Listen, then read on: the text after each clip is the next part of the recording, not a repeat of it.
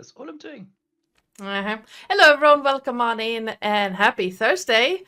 Well, as you can see, at least some of my players are in... What the hell? What the hell? Okay. My cat just had a freak out for some reason. I don't know why. What are you chasing? I don't... Okay, that's not my fault. Could be. Oh shit. Oh shit. Oh shit. Shit. Oh shit. Shit. Yes. Oh shit. Oh shit. I will stop playing with the sound alert. No, I am sorry. Oh, it's completely fine. I was just trying to figure out what my cat was chasing, because he was chasing something. And then he looked at me like I stole it. I don't know what it was.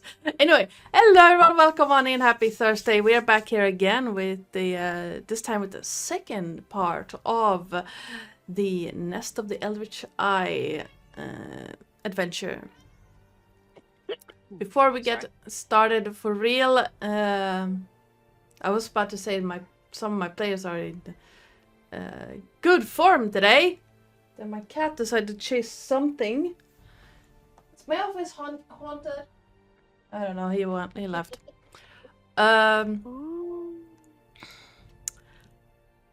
But yes, just a little bit of housekeeping before we get started. The music you're listening to right now is by Adrian von Ziegler. It's called In Light and Darkness, and you can find out more about his stuff over at Music 2.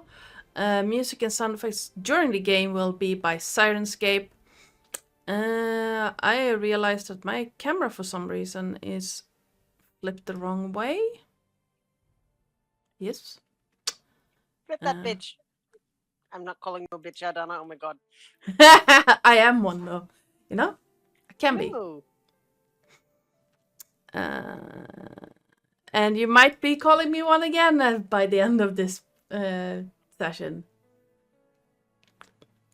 We shall see.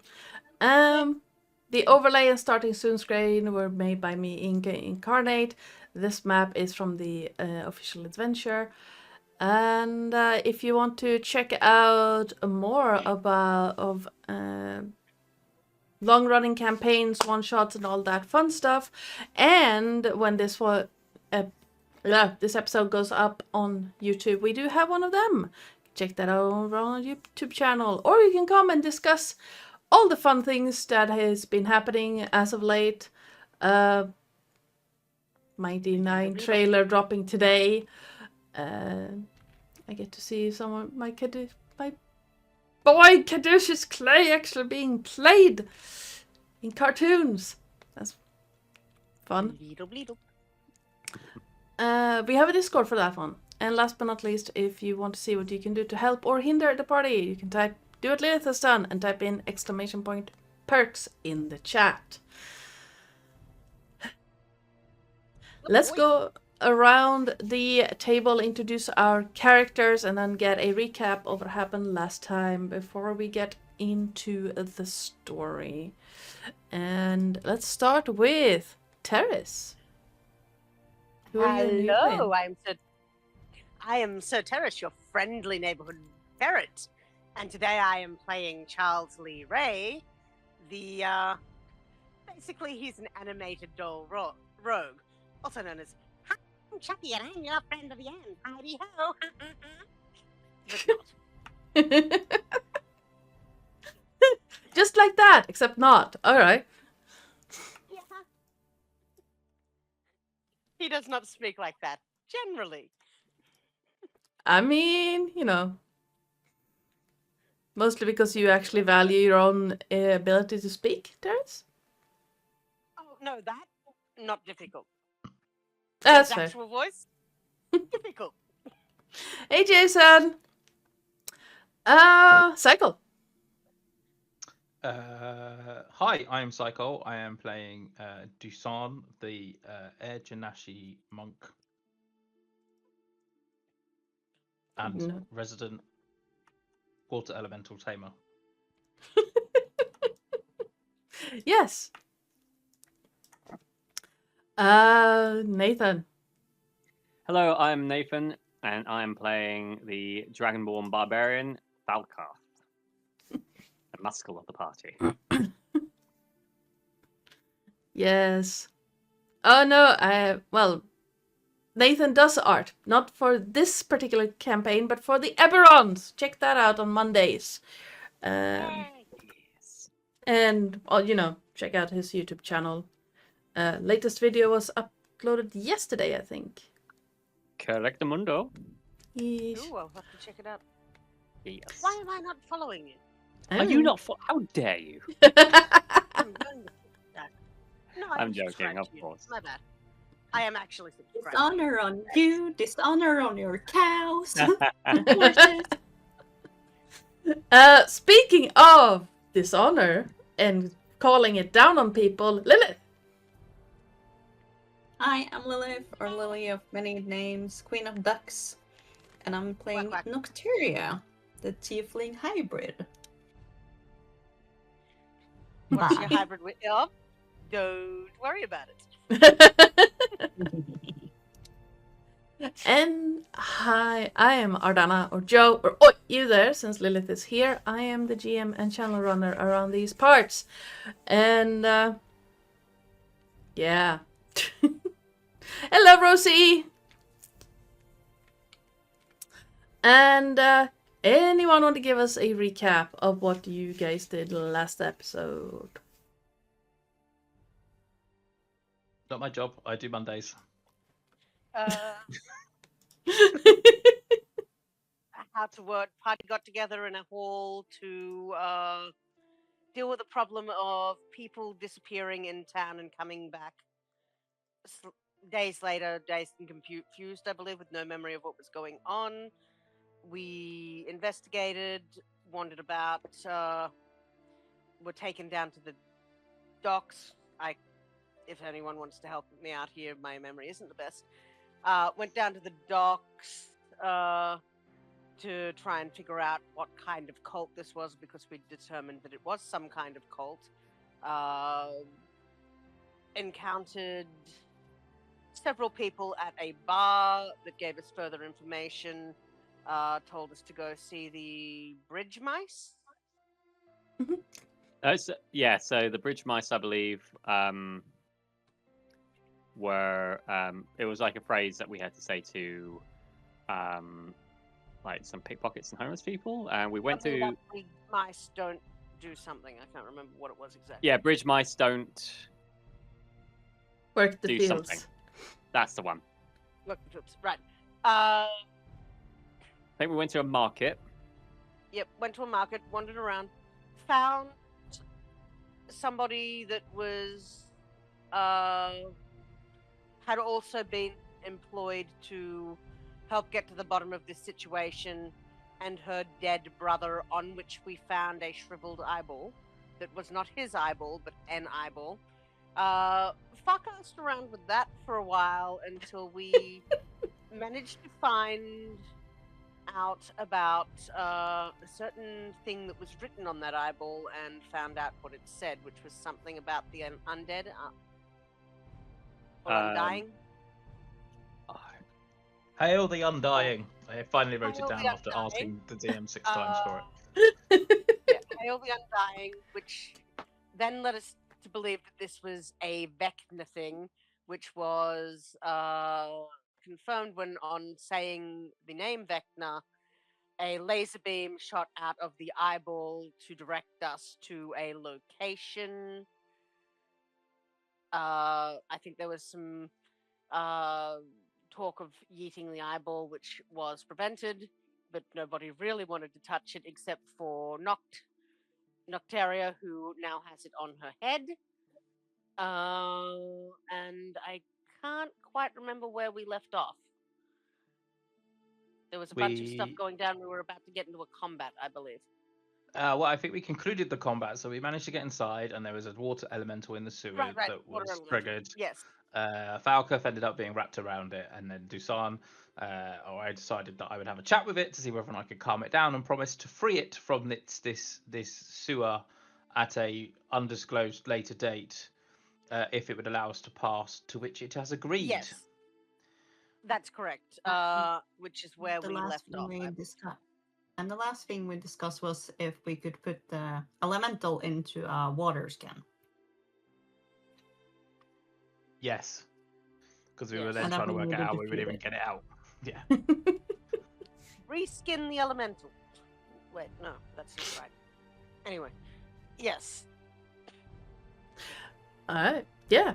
You can collectively have a point of inspiration. You can pick whoever needs it or wants it, but you only get one. Then we shall, I think, perhaps let it float until If- someone needs it. You can absolutely Unless do someone that. wants to claim Yeah. it. Unless someone wants to claim it. No. Let's have a floating let's keep that inspiration. afloat. I mean, we all float down here. Hiya, Georgie. Fuck off. Fuck off, Pennywise. You are in water, underground. Of course, I had to make that joke. Pennywise, don't fuck with the chalk. I mean, Pennywise can kick the chuck down the stairs and lock the door of the basement, you know? Anywho, Use a toothpick. if we are all as comfortable as we are going to get at... That's my cat Sorry. is just losing his mind for some reason. Let's get started. Gonna pause that, and we're gonna bring up Sirenscape. And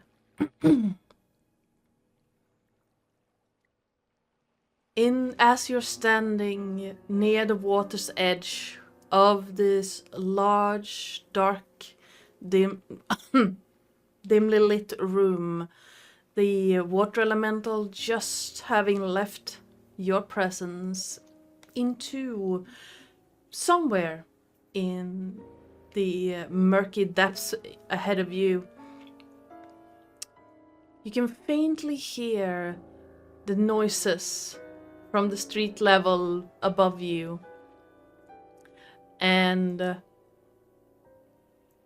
the more perceptive of you can hear rustling sounds further in, but it is very hard to hear or notice anything above the movement of water around you. The soft dripping of moisture from the high ceilings above. The air is rank and smells of moss and rot. Falcath, you're standing in the water and it almost reaches your hip. It is at least 3 feet deep. If I recall correctly, I was going to give Knock a piggyback. Yep.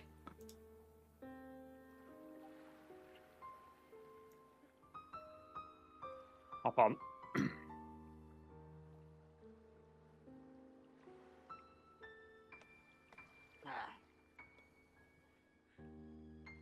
Knocked. Hello.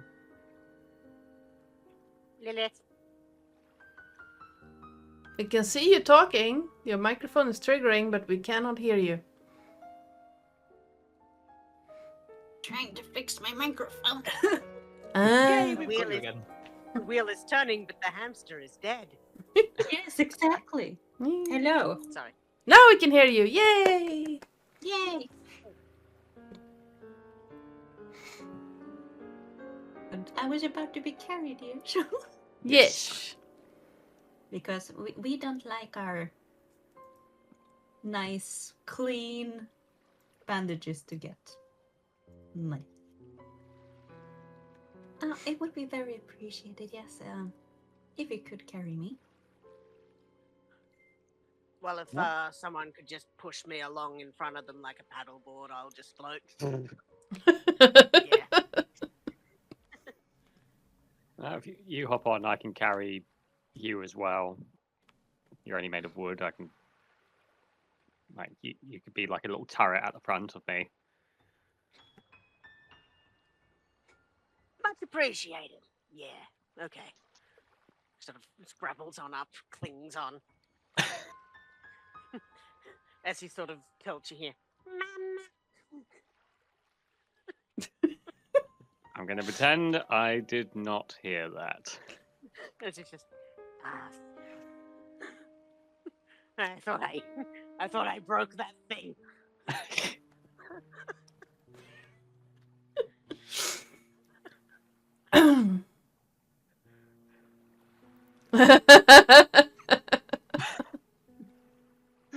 Out of curiosity, where I can't actually DZ Sun on I'm directly above you. I'm moving my thing, but I can't see you. Ah, here you are. Right, are we all comfortable? Yes. I'm trying to Yeah. organise the arrangements. So you've got So you have Charles strapped to the front of you. Yeah.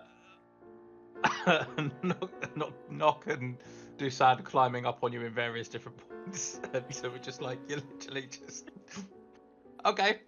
Yep. Be aware that Falkath, your speed with all three hanging on to you, your speed is quartered. Because you're in hip-high water, which already is difficult terrain. Alright, so You hang don't on. want to go anywhere quickly, it's fine. That's like, hang on, what's half a that is 15, half of 15, 7 foot. Alright, 7 foot. Alright, we're going to be here a while, let's do this. It's basically 2 steps every 6 seconds. It's fine, don't worry. Yeah. All right. Well, If I'm too heavy, I can go down. No, you're fine.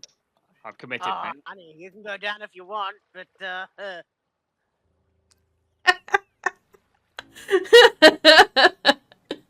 sorry.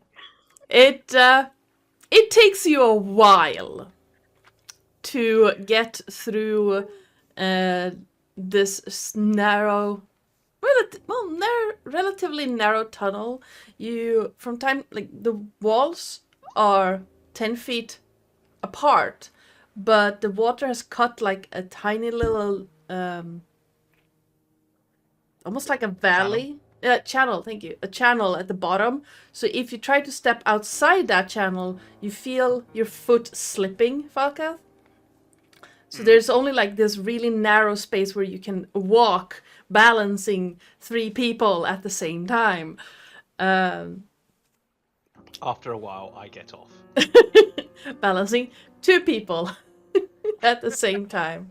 And miraculously, both of your speeds are now halved instead of Falka's being quartered. Oh, that's fine. That basically takes me back to about the same walking speed as Charles normally then. Basically, yeah. And after a while, you do come to the end where this channel slopes upwards a bit, and then the depths of the water become a lot shallower, and eventually you are standing on, I wouldn't say dry land, but solid, as the ground becomes flat and then goes downwards again through a short staircase. What's your marching order as you hit this space? As I was strapped to Falk's chest, I think that I just dropped down, so I'll probably be in front, tick, tick, tick, tick, tick, tick, tick, along the ground. All I right. will I'll be in front of to Falk anyway as part of the whole. Yeah. I can walk twice as fast as he can at the moment. I guess Nocteria is either on her like shoulders or like a koala. All right. Well, Dusan and Charles, as you step Yeah. through this room, you hear this whooshing sound, as if wind moving softly but erratically. And as you step down, you see this incorporeal being in the center of the room, dressed in what looks like ornate armor. But where the head once was is just a globe of energy. Well, I have to say you're probably worse off than I am. Around you, you see the like ornate and glossy urns and boxes all around the walls in the rotunda you're currently in, and this figure, this creature, is floating at the center and just floating back and forth as if they don't seem to have noticed you at all. Until Charles speaks, and then they turn towards your direction.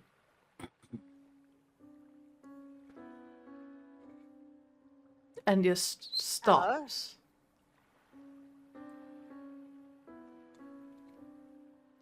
From nowhere, seemingly, you hear a soft, ethereal female voice. Greetings. What brings you here? Oh, well, you know, the whole Vecna thing, I guess. What's a Vecna? You know what? Don't worry about it, love. It's not important. Right. What are you doing down here? Or is that rather a personal question?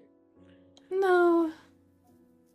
I don't think it's personal. I don't know.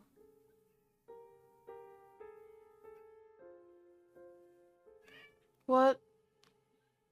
Why are you here? Who are you? Well, I'm Charles, and these are my friends. We're investigating.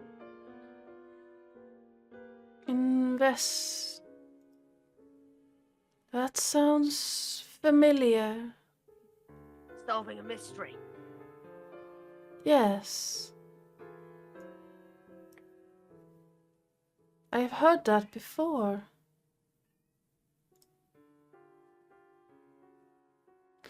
From a young gentleman, maybe? I don't know.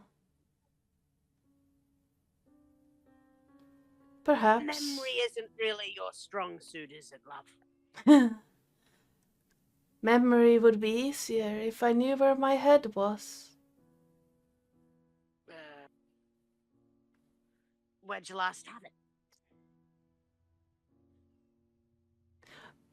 I think I had it when I was still alive. I must have. Well, Right? Yeah, you can't get ahead without your head. I think I was ahead of the pack in life at some point. Maybe. Oh, who are you? What brings you here? I think we're gonna be here a while.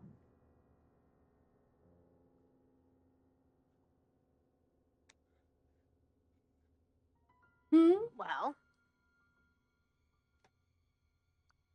you know, there's all these urns and things here. Maybe a head stuck in one of them. And he's gonna go start looking through the urns. All right.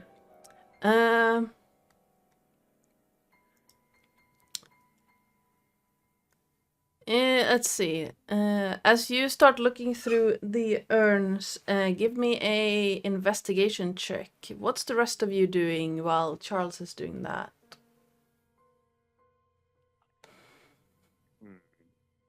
Oh, that is not the good. I'll probably help. All right, roll with advantage. That sounds like a plan since I just rolled a freaking 5. It's cheeky. Investigation is not my strong suit. I've got a +1 to it. That's an 8. All right. As you search through the urns, most of what you find is bones, some jewelry, Yoink. and sand and ashes. The jewelry, you can write down 2 gold rings and a silver necklace. Combined value of 100 gold pieces.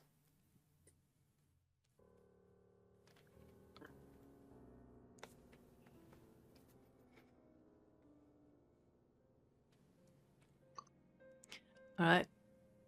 Dusong.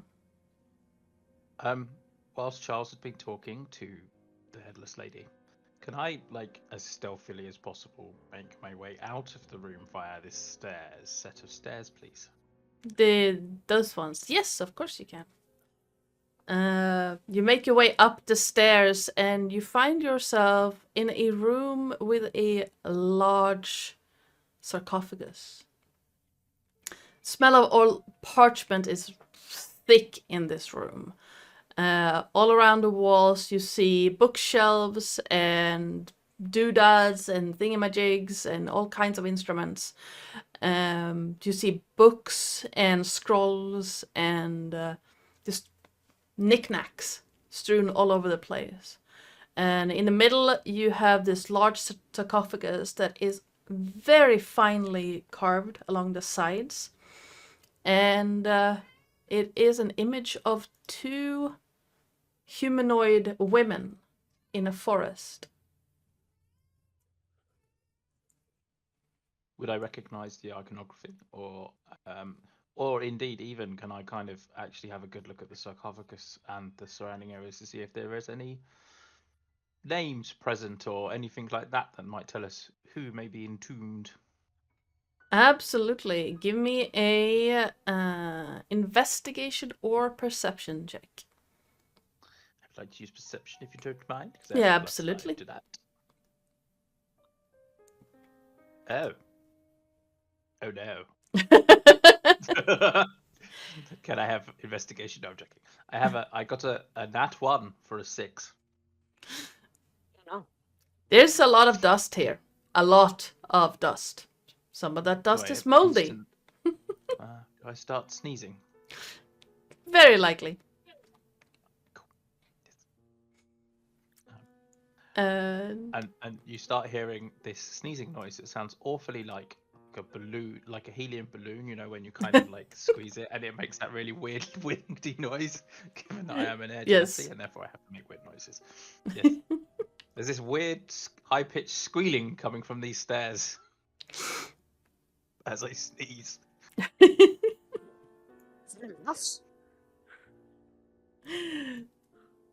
Alright. It's gonna take you a while, but there's not much place to hide here. You don't recognize any of the iconography around on the sarcophagus or any other carved things. Most of the trinkets and things around this place means nothing to you. You do, however, after some digging and a lot of sneezing, find a golden locket that is on one of the shelves. I pick that locket up. Yeah, It is mine. it is locked. I don't care. It's in the pocket. All right, that's fine. Other than that, most of these scrolls just fall apart when you touch them. They seem to not have taken kindly to being exposed to rot for a very long time.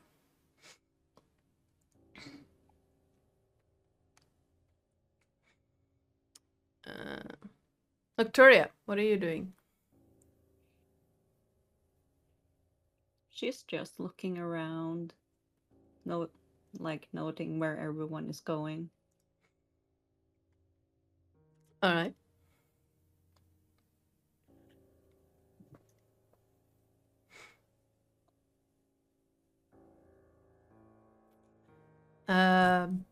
Yeah, Charles and Falcath. There is not really anything of note in here in this room at all. Let me check something real quick. No. I'm assuming these little rooms are where the jars and that were, right? The jars were in the in this room, and well, you find when you walk up the other sets of stairs. If you please, don't walk around that fast, so I can actually describe the rooms you're seeing. Okay. I'm going back into I the room have that I was food. originally going into. No, but Charles is all over the place. Let me describe one room at a time. It helps. It helps you figure out what's happening. Up the stairs, in the first room, or the second room, first room for you after the rotunda, you see a large gilded sarcophagus that stands in the middle of the room. And the beautiful relief that has been carved along the side depicts two humanoid women looking over a field and a city. And along the walls, you see stands with rusted weapons and a set of armor that has been taken apart by someone. Some of the bits are still hanging there. And on the sarcophagus itself, like on top, the image of the person that lays inside holds a shield with a family crest on it. And you see a similar shield hanging on one of the wall mounts that are along the walls of this room. Everything else in here seems to have rusted, but that one shield is still pristine. That looks important.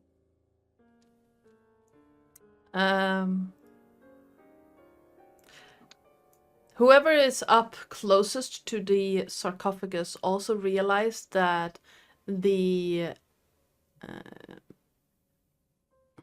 statue on top of it wears armor identical to the floating figure or the ghostly figure. Are there any engravings? You don't have, other than the family crest on the shield the statue is holding, and the relief along the side of the sarcophagus. There is nothing saying anything. I wonder if Red's in that. Possibly. Could we see if we can recognize the crest at all? Yeah, and you can give me a history check. History. I will help you with that. Why, thank you. That's my I have a history's plus 1d. Mine's a +0, so it might be worth me helping you. All right. Let's do that with advantage then. And pray.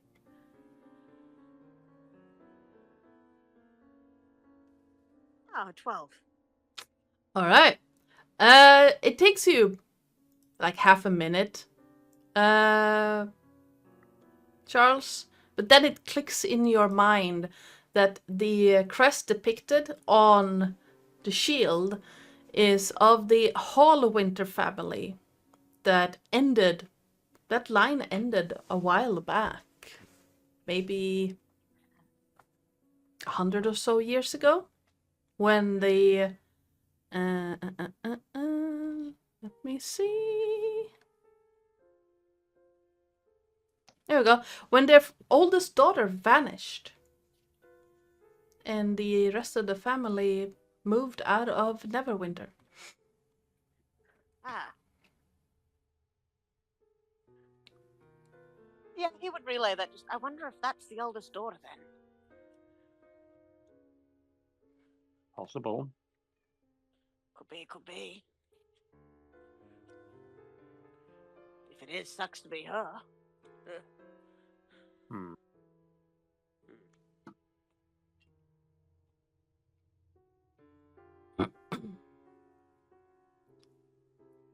Well, Can I take the claps his shield little off? hands together as they go quiet. Yeah, you can I'd absolutely like the pick. present. Sorry. Yes, you Sorry, can what were you absolutely lift the shield on the wall. You mean? Mm-hmm. Yeah, you can absolutely grab that one. It's hanging from a hook. It's very easy to lift down. I will take it off the hook. All right. It is remarkably light and has a kind of like soft pinkish purple sheen to it on the like if you look close to it. Hmm. Charles is not paying attention to that because he has decided to grab his crowbar and try and open the sarcophagus. All right, give me a athletics check. Athletics. Yes, you're trying to use a crowbar to open a stone sarcophagus. It's an athletics check. I have a -1 to athletics. This will be fun. That is a natural 12 for 11. Well, you get the crowbar in, you jam it in there good, and nothing happens. You hear a little bit of a and that's it. Yet now that it's in, he's going to sort of try and jump up and down on the crowbar. Give me an acrobatics check. To see if he doesn't fall on his ass. Yeah.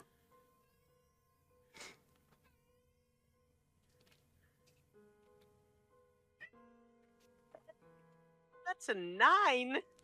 You Oh, get a yeah. couple of really good jumps in there, and then you misstep and crash into the ground next to the sarcophagus. At least I didn't crash with one leg on either side of the crowbar. No, that's what would have happened if you rolled a nat 1. Yeah, so he sort of clatters to the floor and stays there, sort of dull-like and dazed for a second, then sort of slowly picks himself up. Just...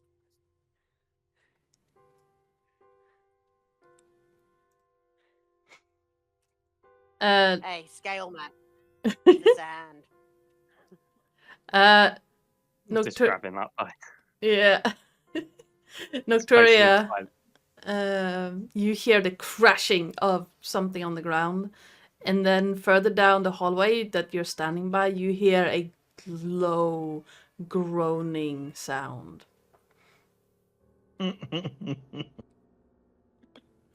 Oh, we're fucked. I don't even care. Yes, the consequences of my actions. Oh no.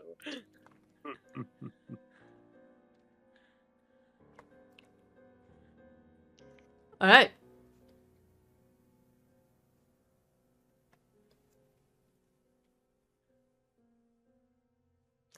Your microphone is doing the thing again, Lilith. For fuck's sake. There you are. That worked. You just need to punctuate everything with swearing, and it seems to work. God. All right.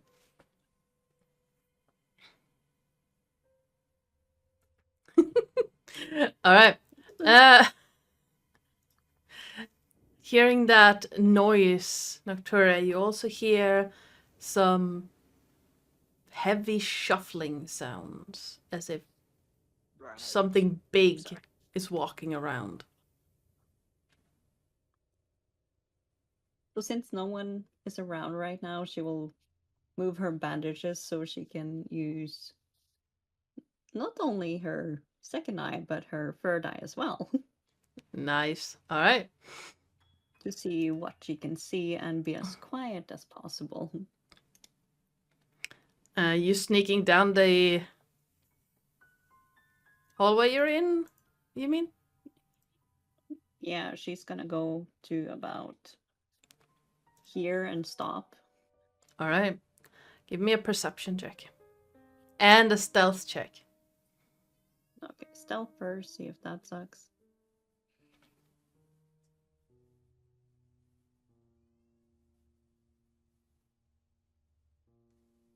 Click, click, click, click, click, click, click, click, click. Okay. I'm gonna use my inspiration for that. All right. Die.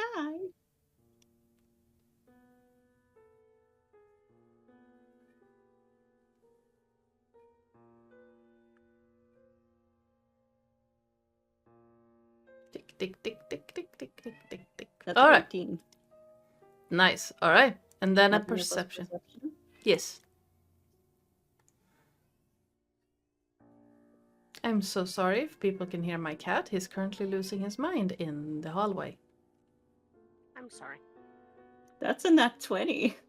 Yeah. All right. Let me move so that the chat can see this as well. As you move further into this hallway, your footsteps do not make a sound as you move, and then you hear the shuffling sound become louder. And looking down the hallway, you start out by seeing two humanoid creatures lumbering around, and then you hear an additional 5 or 6 in this room. All of them seem to be clad in tattered clothing that have been torn. Their skin is sunken and their movement is heavy and jagged. As if they have no purpose with their walking, they're just walking to move around. Does Nocteria know that these are undead? From the two that you can see, I'd say that probably yes. They look like they are just shambling corpses.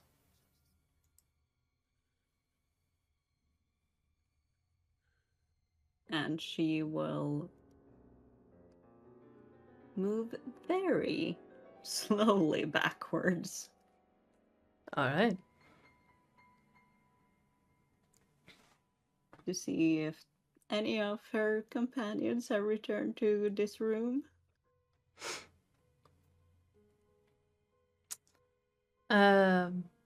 Dusan and Charles? Charles is still fiddling with the sarcophagus. All right. Dusan?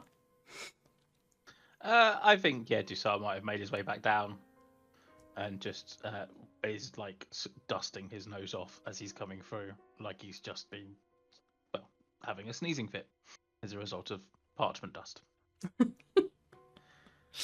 So, as Dusan is coming, the bandages are back in place. Dusan, Mm-hmm. I might think we have some undead down this hallway. Really? Well, I don't think many living creatures would move like they do. It sounds like about, I would say I saw 2 and maybe 5 more.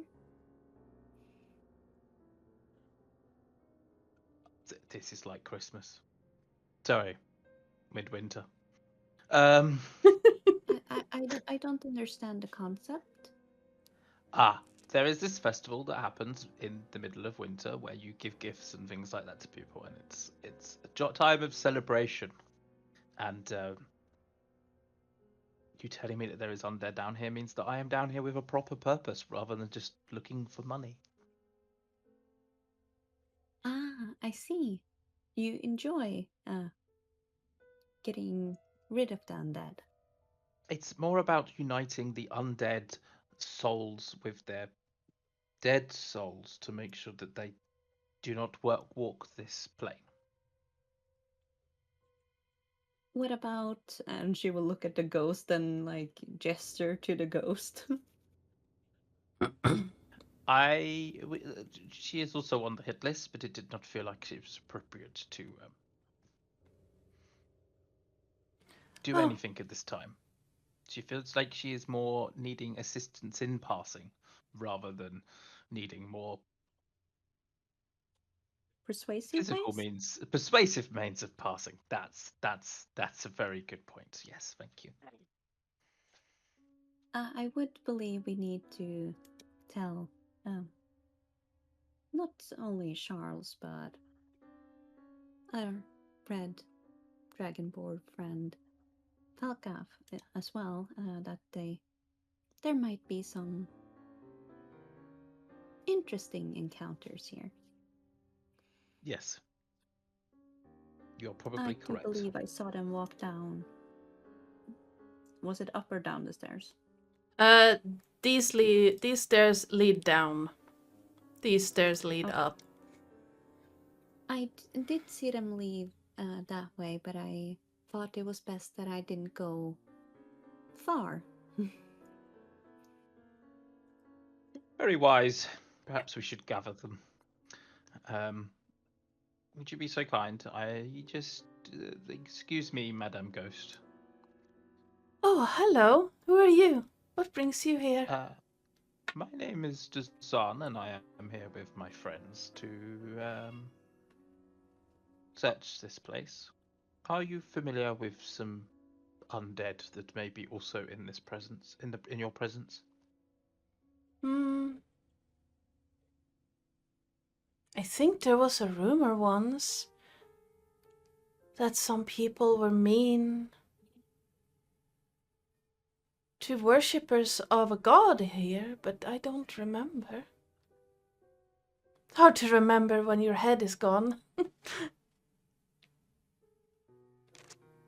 Yes, I suppose that's true.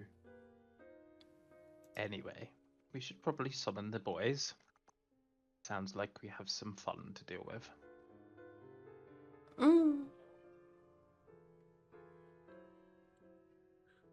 And I'm very sorry for your head, madam. Oh, I think someone told me once that I should be careful not to lose it. I believe someone has told me that as well. I did not understand the concept.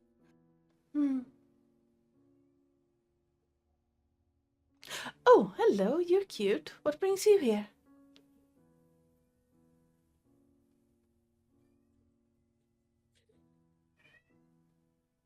I think she might need her head at some point. Yes, reuniting our head with our body might be a good idea at some point. This is awfully like that stupid apparition that I have at that tower in Baldur's Gate.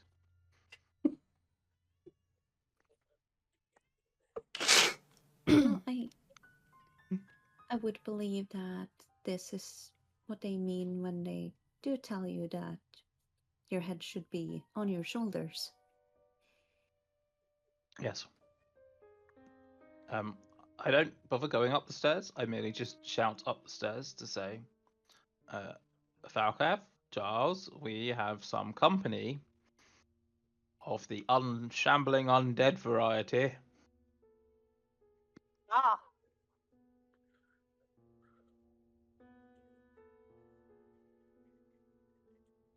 Well, they usually do say "ah" or something like that.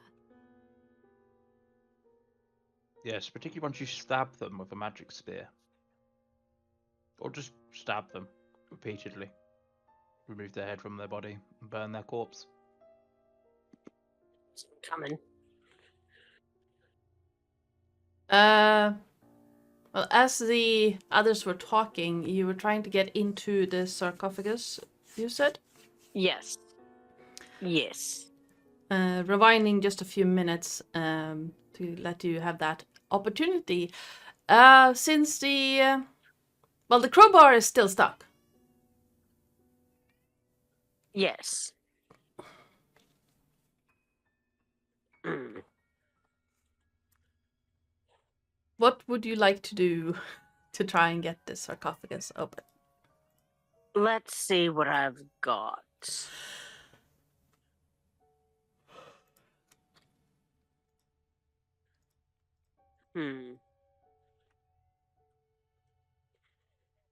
Was I able to lift it up at all? No. You heard it shift slightly, and some stone dust fell off, but that's it.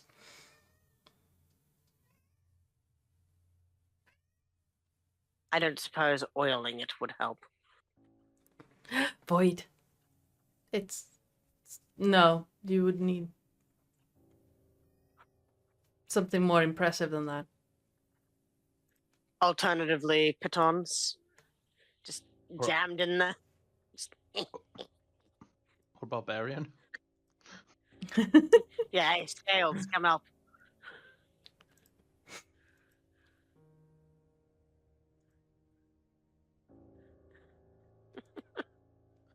Oh dear. Your You're mic is not muted. working, so. Me? No, me. Apparently, there's undead down here that requires my immediate attention. It doesn't require your immediate attention. They are shambling, after all. You could probably get away with opening the sarcophagus first. If you insist, and then he comes. Can you? It's like that Austin Powers scene where they're in a steamroller. That particular one. Right, I open the coffin. All right, give me an athletics check. Athletics.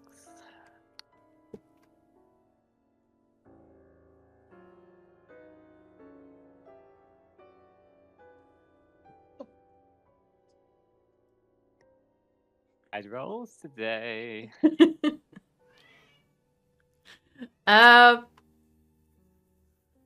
The lid shifts slightly, but remains in place.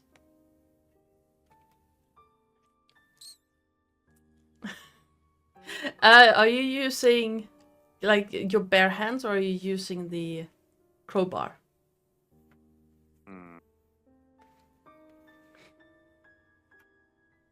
Said crowbar. It's already stuck in there. All right. Using the crowbar, you feel it shift slightly. The lid moves just like maybe half an inch.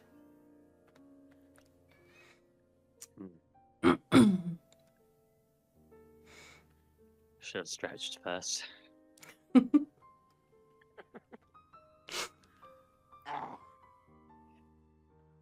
There's good stuff in there, I know it.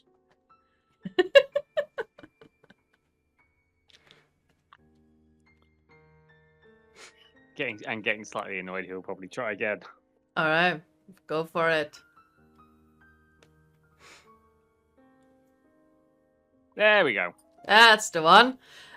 Trying again, you feel the lid.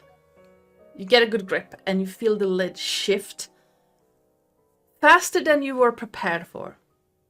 So even though the lid of the sarcophagus goes over to the other side of the sarcophagus, Falcath, you go into the sarcophagus itself. And find yourself, like, half yourself in the sarcophagus, face to face with a like really old, tarnished plate mail and a skeleton. Hello there.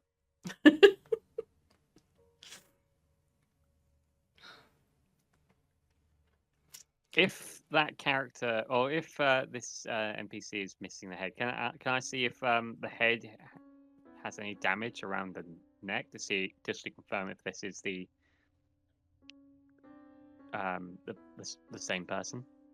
From what you can tell, among like really long, stripy, curled. It's weird to describe as like stripy curled hair, but it's like thinned by age, curly, dark hair. You do see that what the neck, like the part of the spine that is in the neck is shifted slightly, as if the head was placed there after the rest of the body. I think I found her head. Well, let's take it to her. I gingerly can't pick up the head without trying to rip out the hair. It's probably delicate enough as is. Yeah. I'd say you succeed to get the skull out. A few of the loose hairs fall back into the sarcophagus itself, as well as a golden chain with a tiny little trinket on it at the end. Ooh.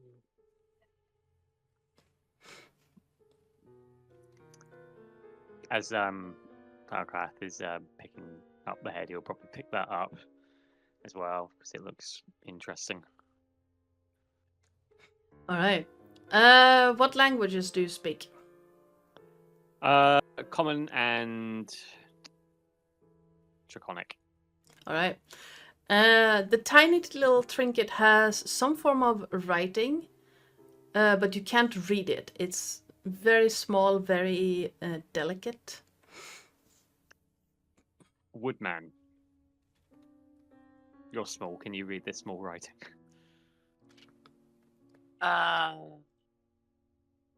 Maybe. Can I? What languages do you speak? What languages do I speak? Common, Elvish, Sylvan, and Thieves' Cant. You can indeed read it. It's in Elvish.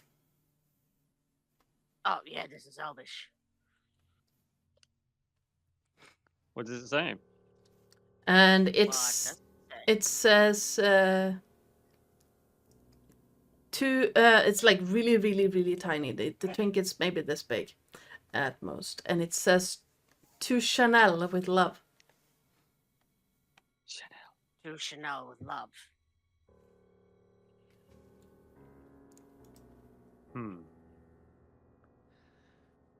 Perhaps that's the name of this ghost. Maybe. Shall we? Sure, let's do it. Ghost, we have your head. Oh, hello. We think. And most likely your game. I don't Chanel. Excuse me, what? Chanel? Yes, That's you? I think, yes. Sounds familiar. Why does that sound familiar? I slowly lift the head into view. Ooh. That's gruesome.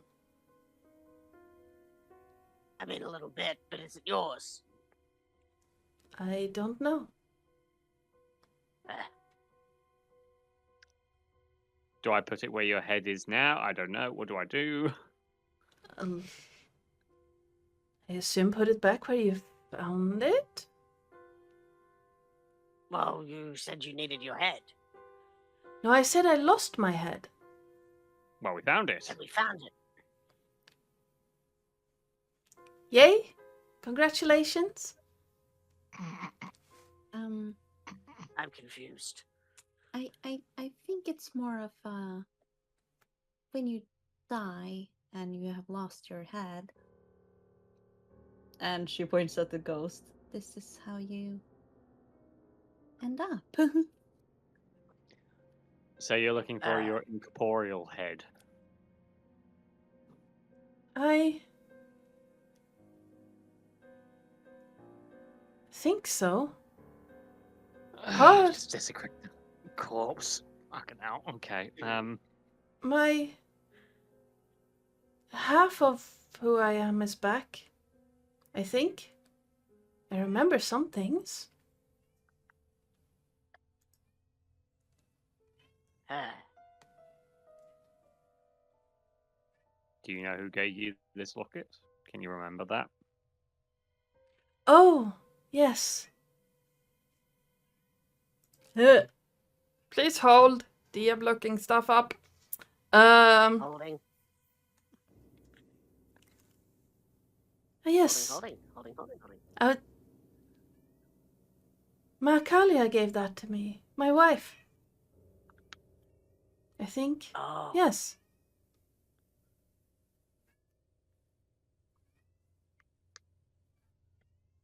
I think. Wait, are you the two in the picture? Picture? Yes. Oh, maybe. There's a sarcophagus back there with a picture of two women in a forest. Oh, I want. Yes, I do remember something about. But. Forest, yes. That would make sense. She did like the forest a lot. I like the fields, but. Why was I not allowed out on the fields? Something about obligations. I think. Does the shield Um, bring any information to mind? Oh! That's my family crest, yes. Huh. Don't remember. I take it you had a duty to uphold. I think so, yes. I remember that crest, but what was the... Who are you again?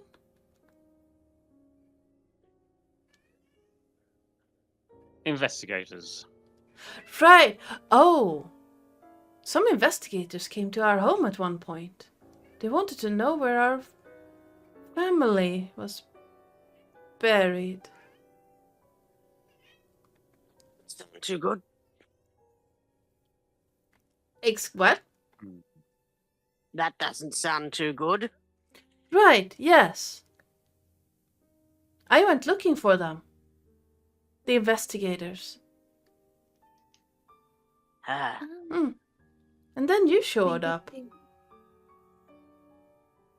Maybe that's the Vecna people we were trying to find. Maybe. What's a Vecna? Best. Some will Right. call it a god. Some will disagree that it's a god. Right. They do like undead, though. Ah, yes. Be careful with the zombies. Noted.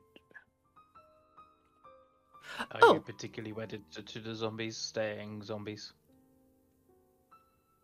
No, they're desecrating my family's catacombs. If we stop these zombies, perhaps we might find your incorporeal head. We can only hope.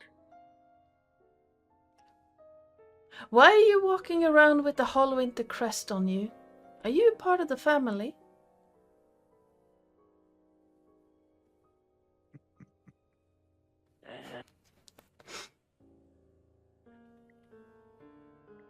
Well, are you?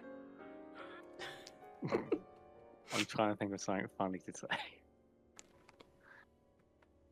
I can't think of anything on part of it. We found this over there. Ah, thought it might help jog your memory. Well, it Do you should. remember who you are? Partially. I am Chanel, oldest daughter of the Hallwinter family. I think. Yes. What was your? Do you remember your job title? What? Oh no. I was protector. Yes. I was set to... I was set to protect the area around where my family's tomb was. Yes. My wife didn't like that idea at all, and we had some arguments about it, but eventually we cleared it out and everything was fine, I think. And now it's full of zombies again. Yes. Oh, wait, I heard something. I heard something the other day. A group Was of... it Hail the Undying? Yes. Where did you get that phrase? Off an eyeball. Do you make a habit out of playing with the dead? First my head and then an eyeball? I mean, not typically. Right. As this conversation happening, Falcarth is just like delicately putting the head back Alright. and like Oh. closing the coffin. Some months ago, some humanoid, some elves, humans.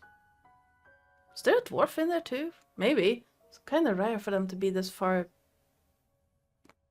west. Who knows? They walked it down further into the tombs. And then a few days ago, one of them ran back up again, like he was being chased by the, by Avernus itself.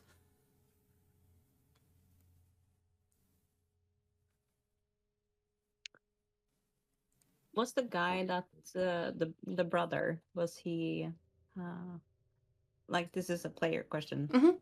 Was he an elf? Human. Okay.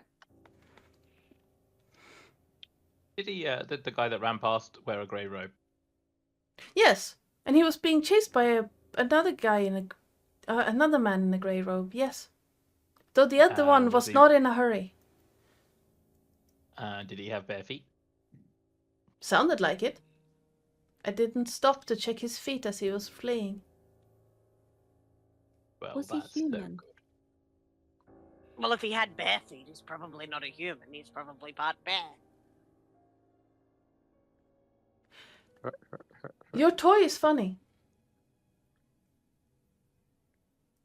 He's hilarious. Was the man or woman that ran first? Did you see if they were human? Didn't have pointy ears, so I'd say probably human. Or a very small Goliath. And the other one wasn't in a hurry when he was chasing.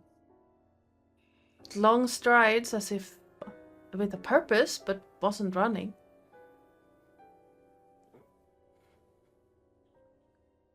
But what does it mean? Peculiar. Well, I think it's time for me to go now. Do be careful about the zombies. They have been hanging out in that old shrine to Ogma since someone killed all the priests down there. Well, hopefully we can find your incorporeal head for you. Oh, you don't need to bother. I remember who I am now. I do wish you luck on the way. Thanks. Thank you very much. We'll need it. I hope you found peace. Oh, I have a wife waiting for me somewhere, so I should probably go find her now. would be an idea. Turns out she's off to haunt her. Oh. Well, I've seen her sarcophagus, so maybe she's not... Well, maybe she's not dead. I don't remember. What year is it? What year is it, DM? From, I It mean, was like, yeah. you've probably been dead about 100 years, I'd say at least. Oh. Well, Macalia has a sarcophagus here. I never looked inside. She might still be alive. Do we need to open it for you? Interesting. No, I- don't bother, really. I think when people make or graves, they have passed.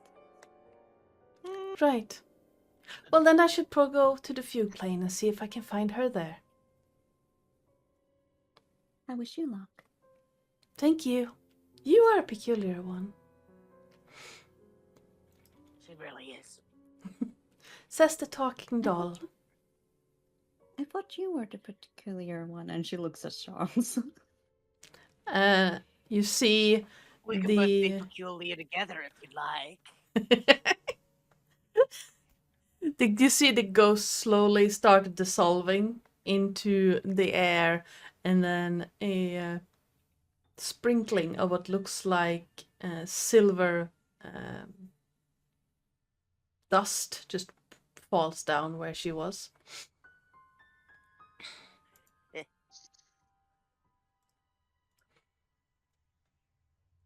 Well, with that out of the way, Zombies. gets his Zombies. battle axe out.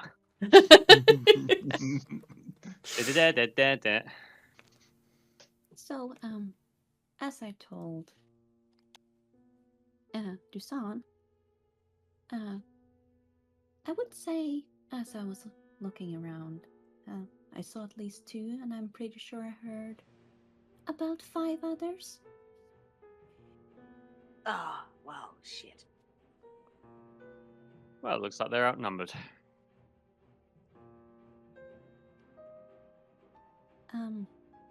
Wait, 5 And others.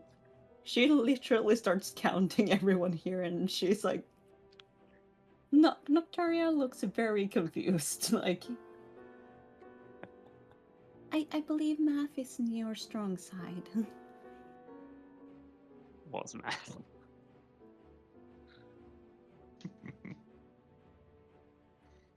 and Onward. she'll hold up her hand with 5 fingers. How many fingers do I have?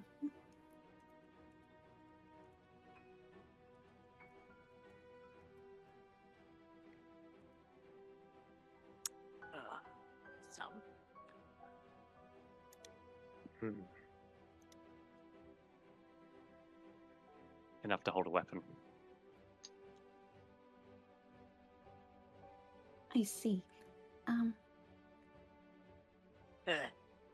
Well, there's undead this way, and she like gestures to the hallway.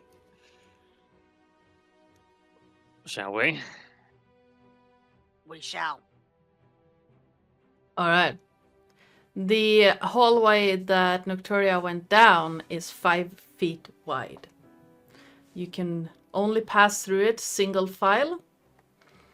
And are you trying to be stealthy about it, or are you just walking down? Stealth might be better, but it's not my strong suit, probably. That's fine. You hold back just a second, and I. would Oh, like to actually, I've stealth. only got I've got a +3. So. Yes? I would like to stealth down the corridor slightly. All right. I will also stealth, since it is sort of my strong point.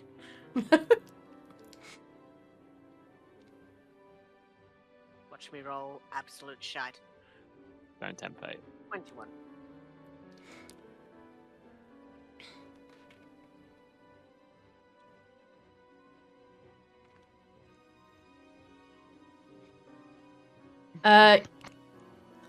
Math is not my strong suit. That's why we have calculators.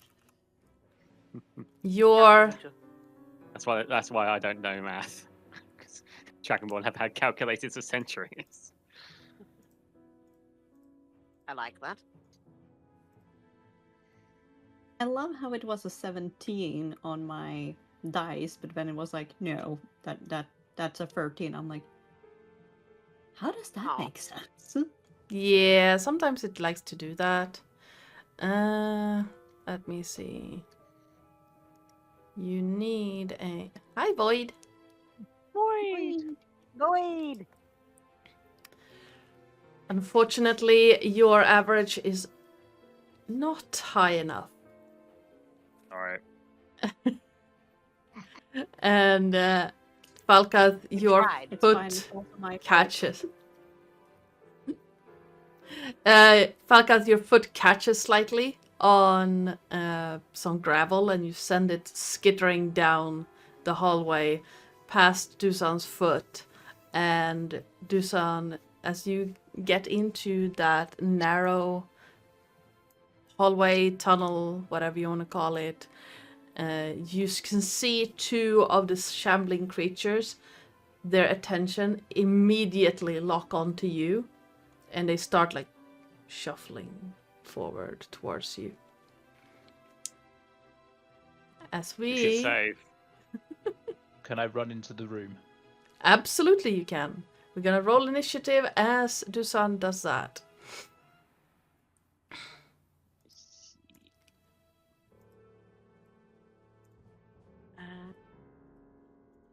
That would have been a Roll nice roll to have for stealth.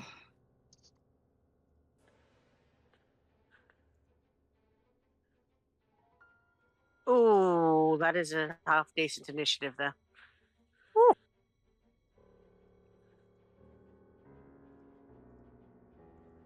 Could just make life easier I for can't me. be unhappy with that. That is pretty good, yeah.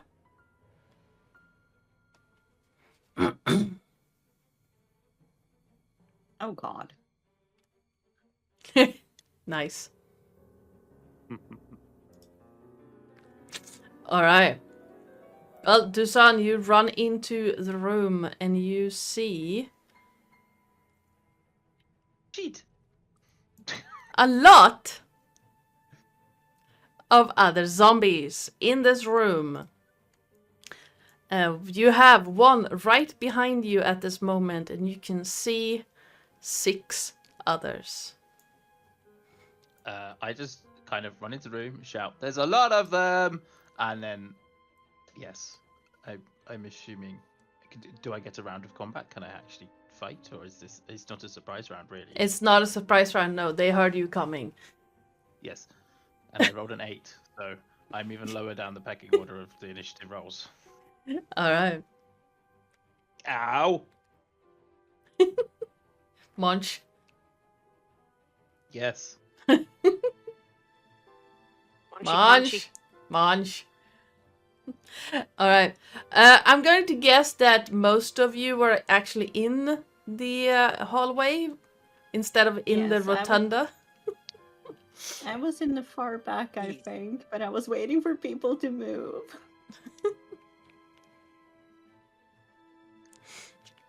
All right. So Dusan was first into the room. Who is first in the rest of the marching order?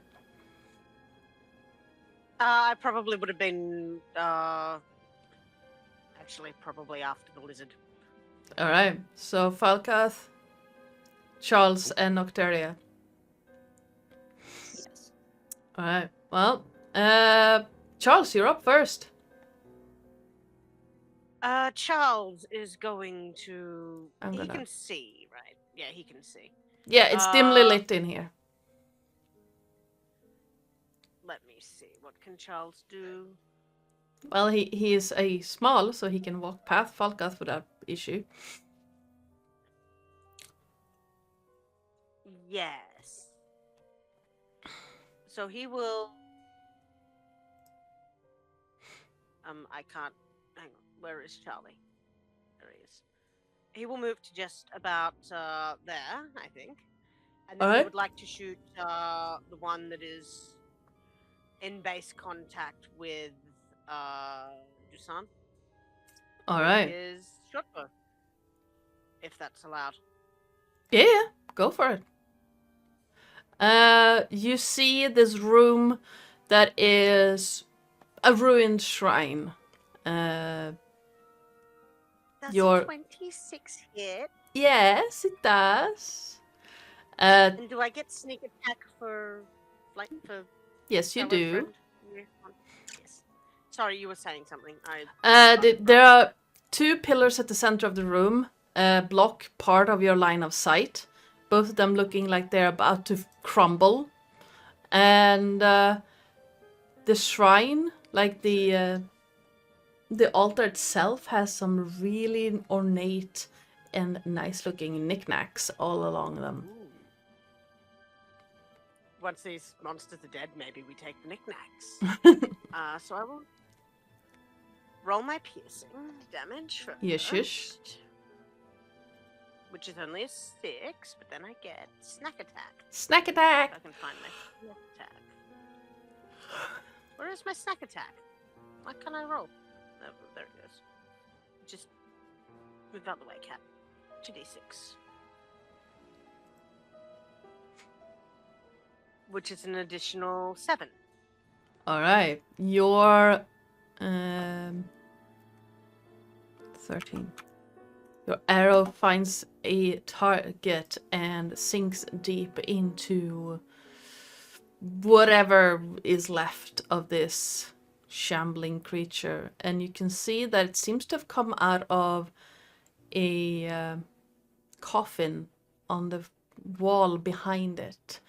And looking around, you can see tombs, coffins lining the walls, all of them that seem to have been broken open, and these creatures have climbed out.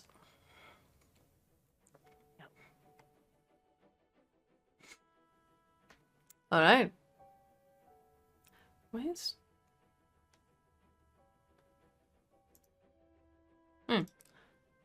All right, you still have some movement and your bonus action left. The creature is still alive? Yes, Undead, whatever. badly hurt, but still standing. So I could... No, I can't go through there. So I think I will stay right where I am. And...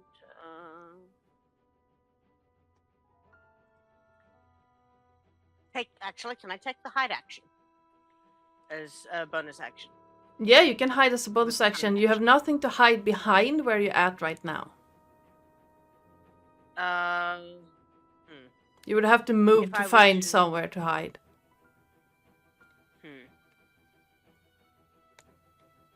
Where is this pillar? You have Over one. there. Can I get over here? Ooh. Yeah, can I get over here and hide behind this pillar? Or is it tricky? You can attempt to hide. The DC for being hidden is rather high. I will try it.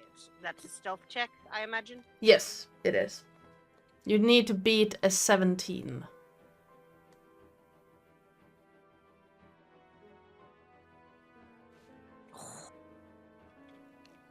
Balls. You are hidden from these two, this one and this one, but you are standing in between 2 others that know that you're Right. there. That's fair. I don't know why it keeps doing. Well, Okay. there's rather a lot of zombies in here. I don't like this. All right, Nocteria. Is it possible to squeeze past this very big dragonborn? What if I crouch? You can pass him. It's gonna cost you 5 extra feet of movement to get past, because Yeah. passing someone like that is considered difficult terrain, but you can get past. Okay, so 10 feet by that, 15 to get there, and of course, Bye. do I notice where the little toy is? What's your passive perception? 14. No. I'm so sorry, Terris. Oh, it's Ooh. fine. So she will use Thunder Wave. Ooh, okay. So I need con saves. From... Let's see, it's a cone, so...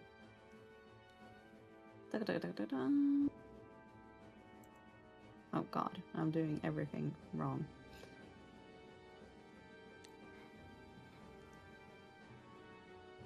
Oh, it's a square. Oh, it's a square. It's a square. 15-foot cube.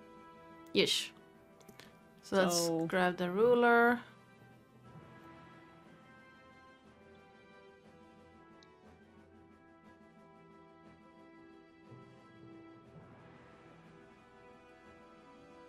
So it's in front of her, so I think it's...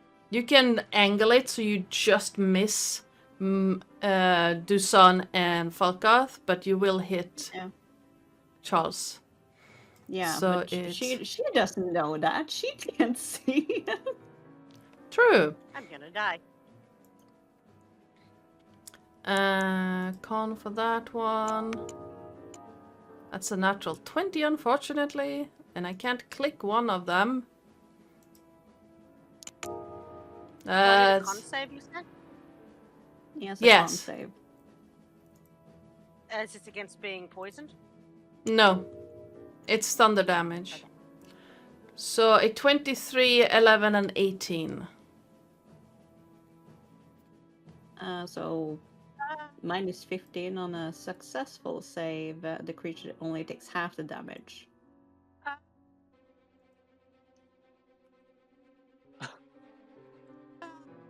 Oh no, 19.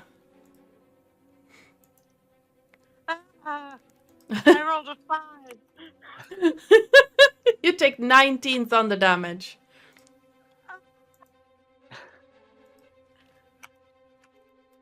So Charles is made of wood, right? Yes. Yeah. Don't trees explode from the inside because the sap superheats? I don't think it deals double damage to constructs. I'm not sure though. I think that's just Shatter that does that. Oh yeah. Don't worry, I don't have that. Goodness. Oh my god. I can't hear you, Terris. Can you hear me? Yes, now. Yes, I said And thank also the goodness. one, Oh my god. also the ones that fail gets pushed 10 feet away from me. Alright. So let me grab the ruler. This one goes there. This one goes there.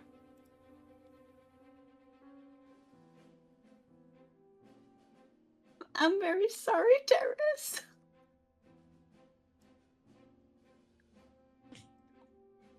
You It could get be worse. you get yoked 10 feet back as well. Ah, shit. So you will land here. Ah, between two more zombies.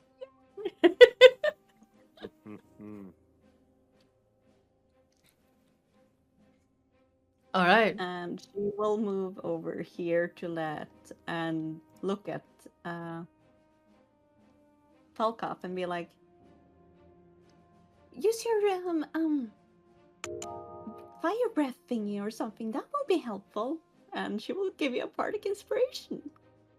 As Wait, you as you move, Nocteria, you feel a heavy fist land on your shoulder. And you Oh. take 4 bludgeoning damage. Oh fuck, there's a guy up there as well. Yes! I didn't see him.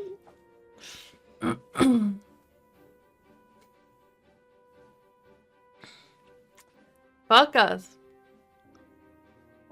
He strolls in, assesses the situation, sees this guy next to him, and he is going to attempt to pin him to the wall with his great axe. All right, go for it.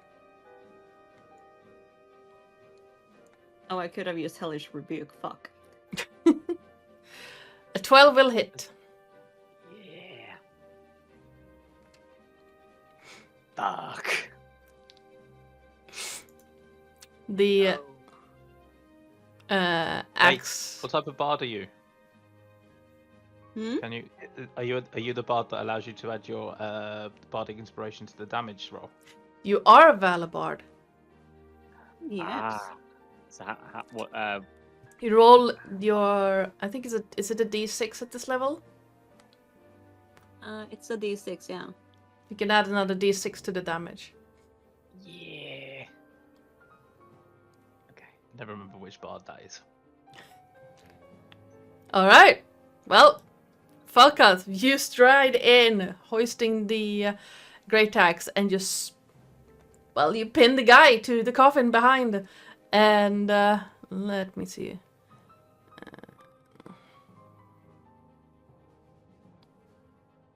Okay. So he needs to make. Ooh, that's a high one. He's now pinned to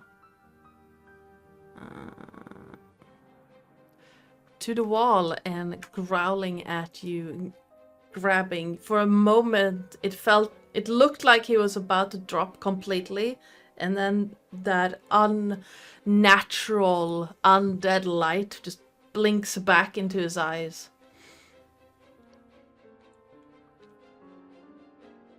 Oh no.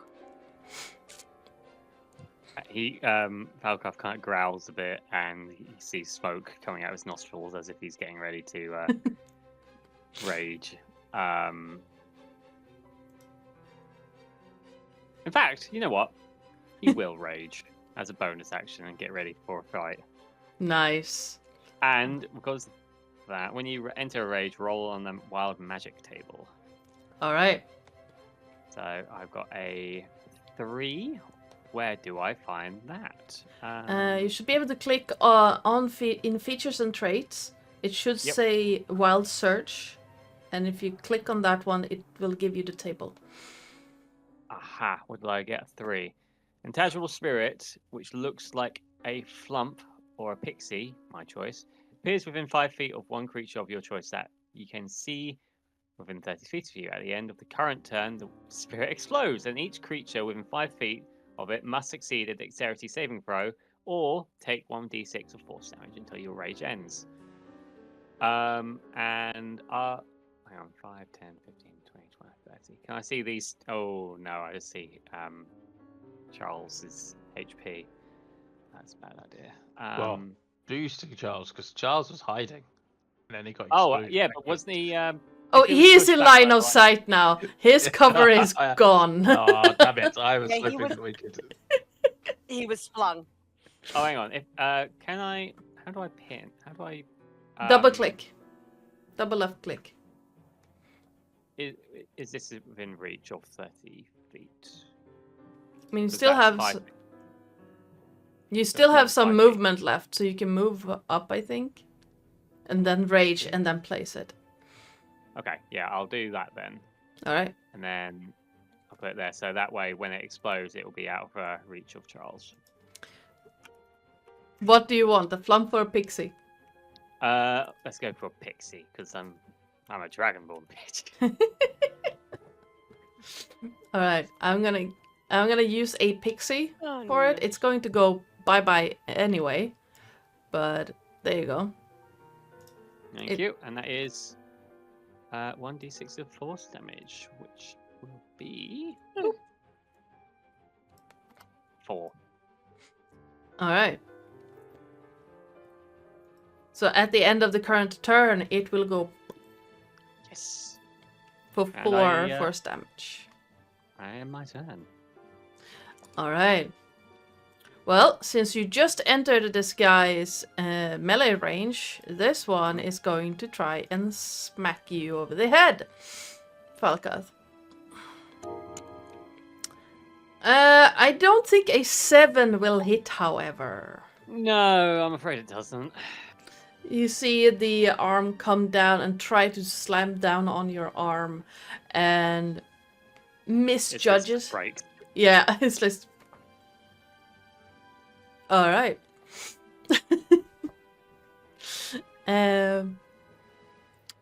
Is it going to shamble away? No, it's not. Why is that one still in the turn order? Go away. This one is going to shamble over to the closest target, which is the sun. Try to do the same thing. For a 21 to hit. Yeah, that hits. For 6 bludgeoning damage.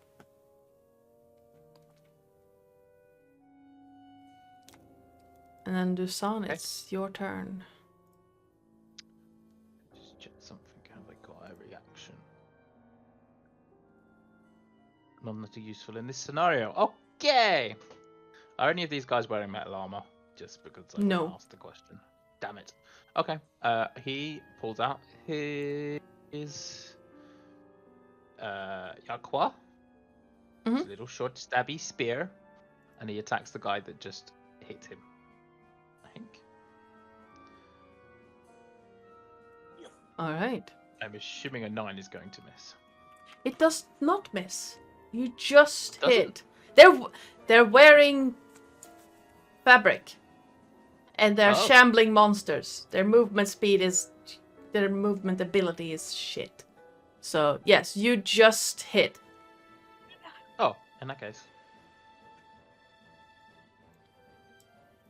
For 4 piercing damage.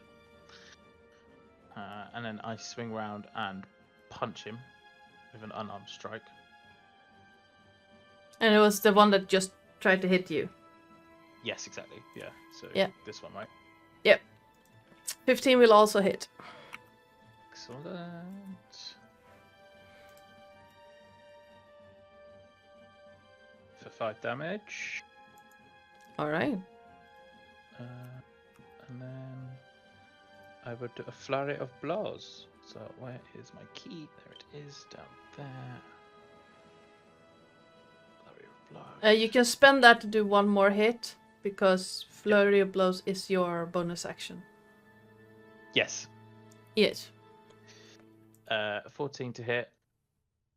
And then another 5 damage. Nice. The creature that looked, I wouldn't say undamaged, but undamaged by you as it shambled up to you, now looks like it's about to fall apart. More than it did before.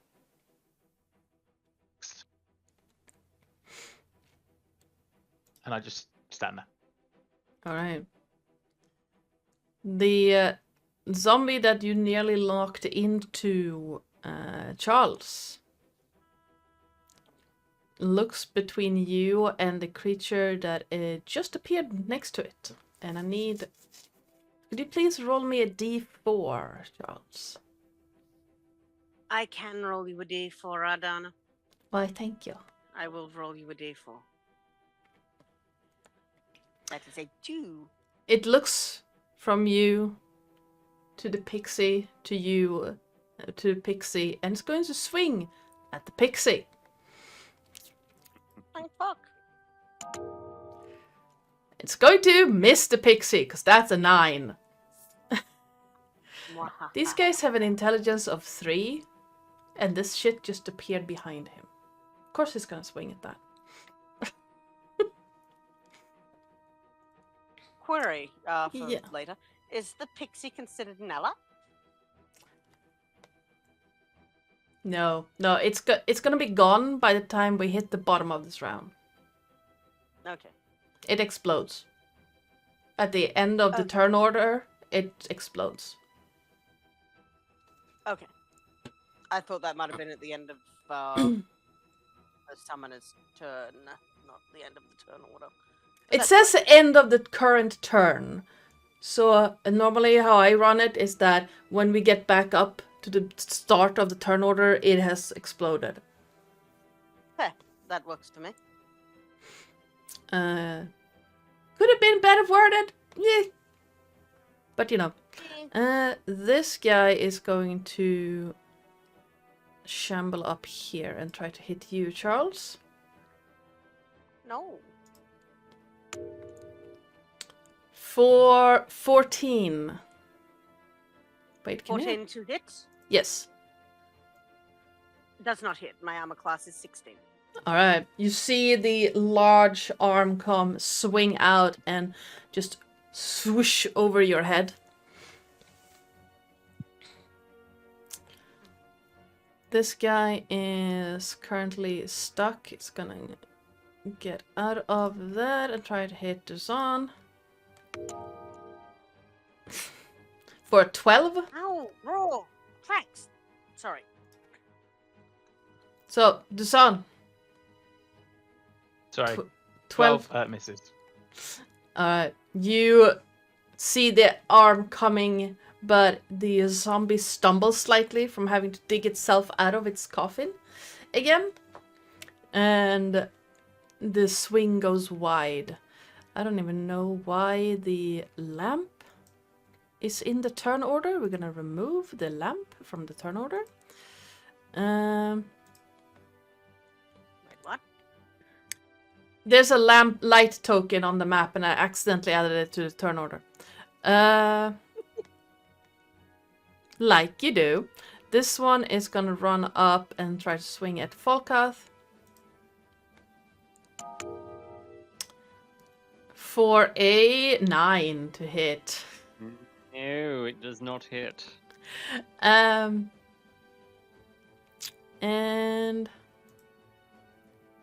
ooh, that guy. Charles, could you roll me another D4, please?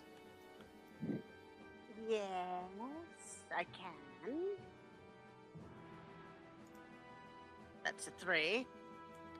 Unfortunately, it has decided to strike you, or strike at you, Charles. For a 8 to hit. It looks... Not going to do it, unfortunately. It looks very confused and is trying to, like, decide and starts going for you, Charles. And then just turns around as if it's changed its mind and to the pixie, who... as the arm comes around, explodes in a shower of force damage.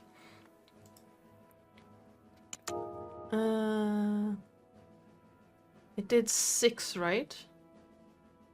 1d6, yeah. Hold on. No, it still fails. All right. And this zombie right here is shoved this way and lands in a heap on the ground. Completely motionless. Is dead? Yes. As we are now back at the top of the round, and Charles. Let me have a look. Charles has 1 on him. He doesn't like that very much. You have 2 on you. He's going to use bonus action disengage. Alright. And he is going to haul ass up and roll through this guy up here if I can. Absolutely. Then he is going to stab Okay. with his rapier at the zombie. Go for it. Did that roll? It's thinking. That will Does hit. 15 hit. Yes. Okay, I am going to rapier. Then. Rapier. Wrong word. That's a 7. And because I've got a friend next to me, I can sneak attack. Yes, you do get sneak attack. Which is an additional 10. So 17 damage to the zombie. 70.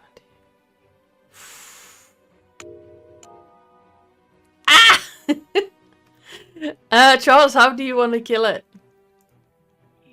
I think he literally looks at this thing, sees that, It's a zombie, but it's a little bit dry and husky. Looks at the eye, gets a little bit of PTSD from that in her eyes, and stabs him straight, like jumps up, sort of bounces off Falk, and stabs him straight in the eye, and then All sort of right. pulls out the rapier with the eye on the end of it still, just ugh. And it's just going to turn to Noct and go, "Can we maybe not blow me up next time, love? Blow me sure, but not the other." I am quite sorry I did not see you.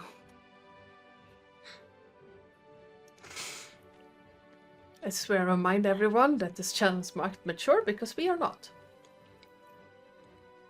I'm sorry. No, you're not. Knocked. Mm,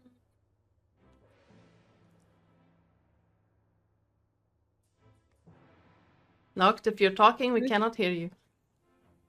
For fuck's sake. There we go. Just need to curse and it helps. Mm-hmm.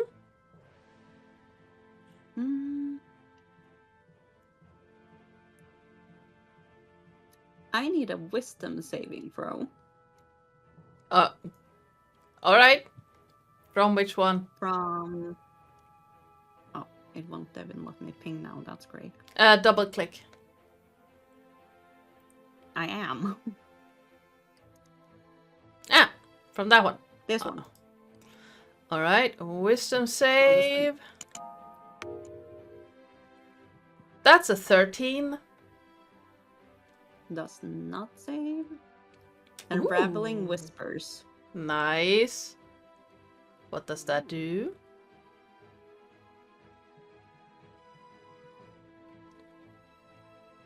If it actually lets me click it. Choose a creature you see within range and whisper a frightful phrase that only the target can hear. The target must make a wisdom saving throw. On a failing, it takes 2d6 psychic damage and has the frightened condition until the start of your next turn. Nice. I like frightened zombies. Yes. Right, while frightened in this way, the creature has a vulnerability to your choice of bludgeoning, piercing, slashing damage. Ooh. Nice. Which one do you pick? Let's see. Slashing. Alright. There's a guy with an axe right next to it. Very true. Alright, you have some movement and bonus action left. She will go over here and pat Charles on the head and be like, I am so sorry. I did truly not see you, but you lived, so you must be really, really strong. and that's her bardic inspiration. You can make it up to me later, love. Ugh. Ew. Balkath! Okay, so he is going to go all Godzilla on this, and he's going to see this one here, Yep. and he is going to do his fire breath. Alright. So how do we do the cone? 'Cause it's a cone. So it's 15 foot, so that's like that.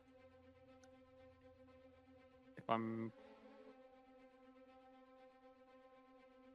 So that would mean I'll just catch this guy as well. Hold on. Oh.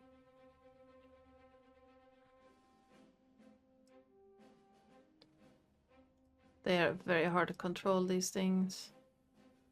I've lost the... Yeah, you can catch all three with them. Oh, 3.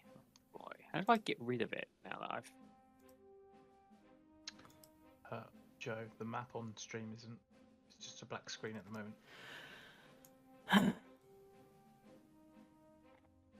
There we go. Thank you. Sometimes when I ping, it just decides to go somewhere else. That's what happened with me earlier on. Like, it just shot me back to the beginning of the map. I was like, ah. Alright, in that case, I am gonna do fire for 6 damage. All right. This one. Is there some form of save? With a DC 13 saving throw. All right. That's a 9. 9. 9. Nine. Sorry. 15 on the one behind the pillar, so that checks out. And an 11. So this was the two ones that are not behind the pillar fail. Both fail. Nice. And the scent of burnt hair lingers in the air.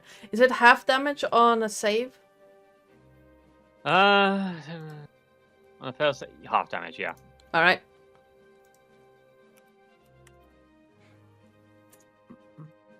There you go. So if that's a special trait, am I able to A bit does of that shit. does that count? Does that If you count? look under your actions, you will see if it's an action or bonus action. I think it's the furthest tab on your character sheet. Okay. Breath weapon is an action. All right. Okay. Yes, And that means you have movement and bonus left. Can't really do anything for bonus, and I'm not going to move. All right. Well, that one's dead. Where's this guy? That guy's there. It's gonna try to hit to Son. That's a 12. Nope, that misses. I duck out of the way. Duck out of the way as it is your turn. Excellent. As I duck out of the way, I come up and smack it with my weapon. 18 18 does hit. for 10 damage. Nice. I'm gonna do that.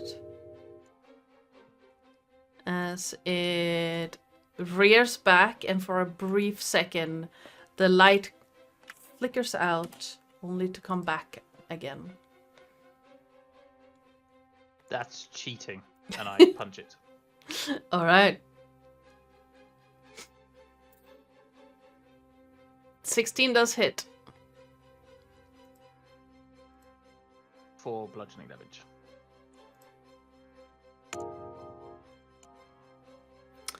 You see the light flicker out once more as it falls to the ground at your feet. Excellent. And I just turn to think. stare at the other one that's like half stuck to its Yep. own grave. And that is my turn. Alright. This guy is gonna, not like having been burnt, shamble up. Can it actually shamble all the way up there? Let me check. It's not very fast. It can just about get there. It's gonna shamble up here. Try to hit Falka. Sorry. Ooh, that is an 18 to hit. That actually hits. And does a total of 3 bludgeoning damage, halved to 1 because you're raging. Ah, Oh, we forgot. Where did you want the explodey boy to be? oh, well, that happens every turn. Okay, Every in turn. that case then, I'm gonna put. I'm double clicking, but is it pinging? Oh, hang on. There we go. I'll put it right there. I have no idea where you pinged. Is it not showing up? Nope. Behind the blue, dark blue zombie. Ah, okay. Yeah. No, it's just going absolutely insane. Okay. There we go. And then, what was that? 2 damage or 1? 1. 1. Oh, Half rounded down. Or half rounded down. This guy is gonna try to hit Dusan. Oh, come on! It was on an 18. That's an 8. That he's still trying to struggle out and is basically trying to reach for you as he's trying to get out of the wall, and it's not happening. This guy is currently frightened of knocked and is going to... Wait, it's 30 feet, right?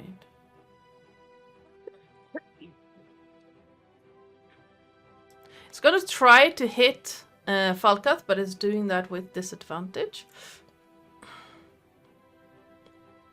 Oh, no. Because it's in line of sight of someone it's frightened of.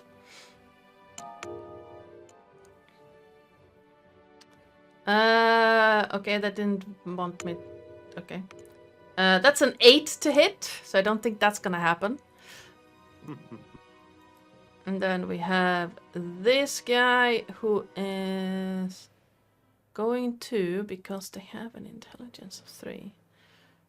I can move there. I'm just gonna move here.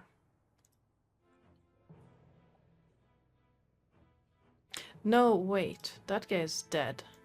It's gonna move here.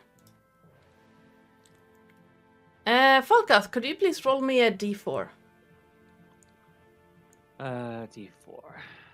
That'll be a 6. It is going to try and hit Charles. I'm so sorry. How did you get a 6 on a D4 though? What? I said d4. Oh, hang on. I thought you said. It's odds or evens. It's Odds or even, so it works. I'm just like, I how rolled did a you 1. get a... all right then. Falkath then, because you rolled the wrong die. I'm gonna be nice. A 16 to hit. It just hits. I mean, it's fine. You sure about that? Oh yes. So a 3, they've halved to 1. Oh, the pain! It's unbearable. And then the pixie goes kaboom again. I think he tarnished the scale. And that's a 1d6, isn't it? Yes, Or- 1d6 force damage.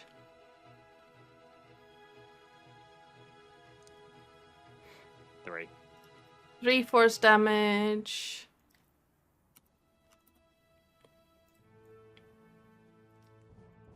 And gonna hide. Actually, I'm gonna let you.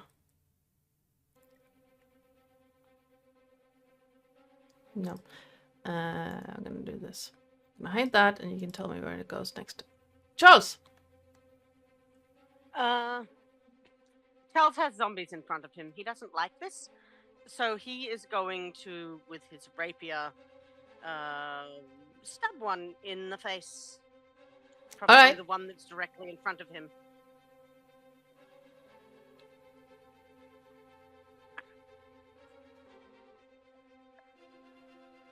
Does a 13 hit? Yes, a 13 does hit. And I get snack attack, right? Because Yes, you do. someone within 5 feet of... Yep. So that is a 10. Nice. And snack attack. I need to move this bloody cat out of my way.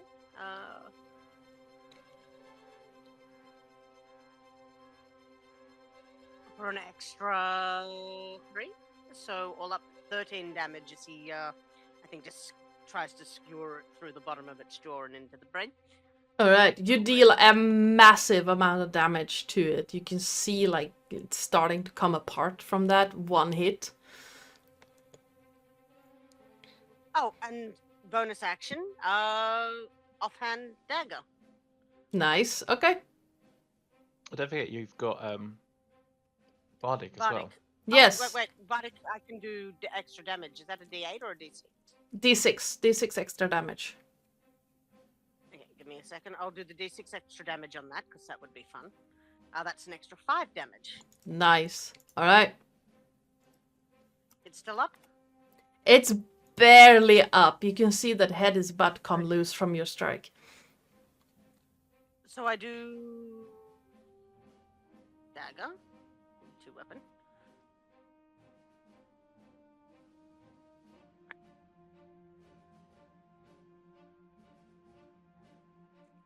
Come Real on. quick.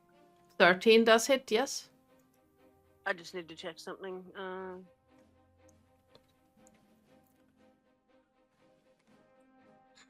You do not apply your modifier. My ability modifier, which is a plus.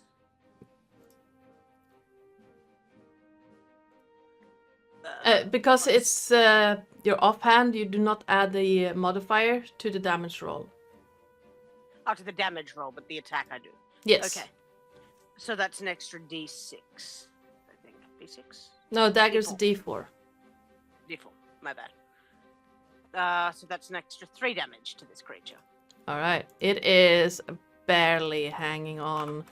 A sneeze And I could kill think it that- at this I point. think that was basically him needing to carve the rapier back out of the honestly.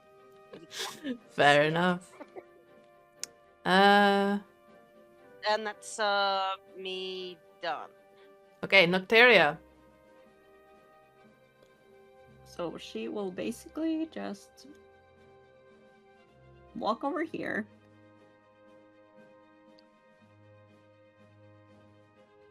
And she will... Where is it? Where is it? Where did it go?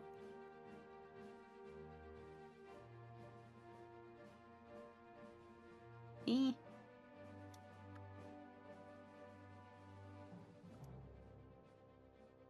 I need a con save. All right. For which ones? Let's see. Oh, it's stunned away. Oh.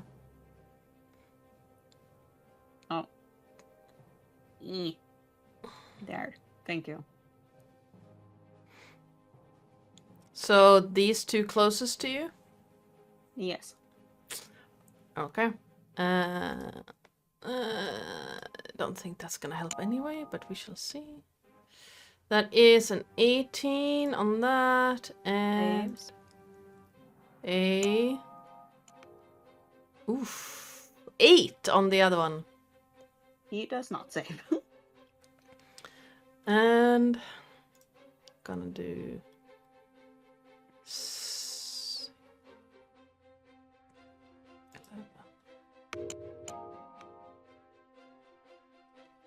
this guy rattles for a moment and then seems to flicker back to life in some weird semblance of undeath. This guy, that is... As does this guy. Because apparently I cannot roll bad on their undead fortitude. Just die already. Yes. But Die. this guy, this one, let's see, he is shunted back here. No, wait, he didn't save. This guy saved, however.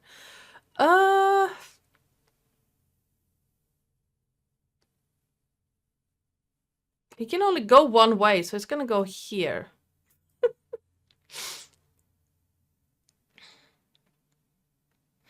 All right. And she will give Falcoff a bardic inspiration and be like, I don't see any breath here. I could only do it once a day. It's a one-time thing. I mean, in her defense, she didn't even know about Dragonborns. I need to save up, okay? All right. It's your turn. Okay, I'm gonna go for the guy directly in front of me. I'm gonna swing my great axe at him. Okay.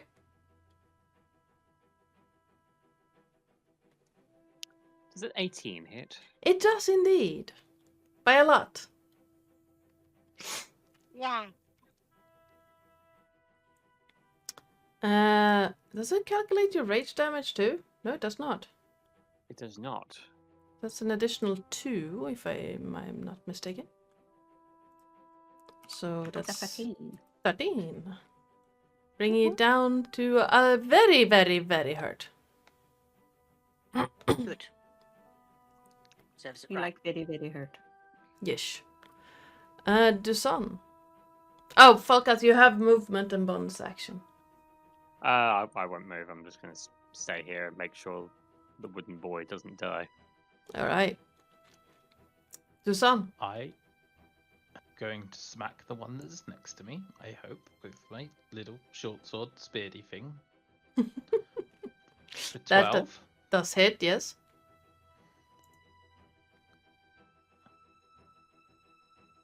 For 10 damage in total. How's it looking?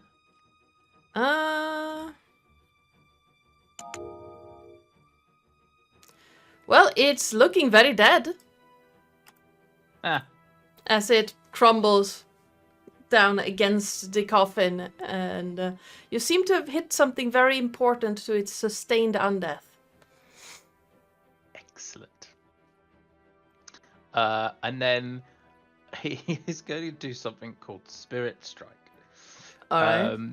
So when I make an unarmed attack, Mhm. unarmed strike, I can basically make it into a spectral fist that flies out 30 feet instead.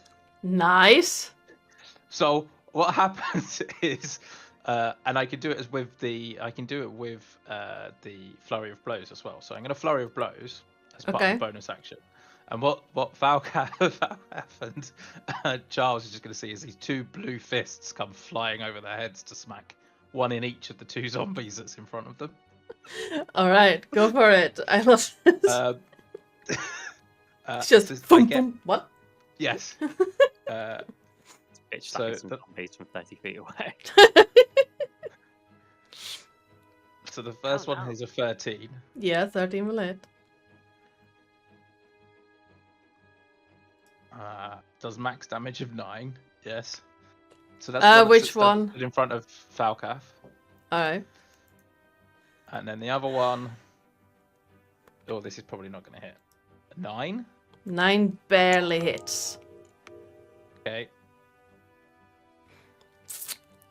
This For one 7 damage. is For the gonna one in front of Charles. rumble to the ground. And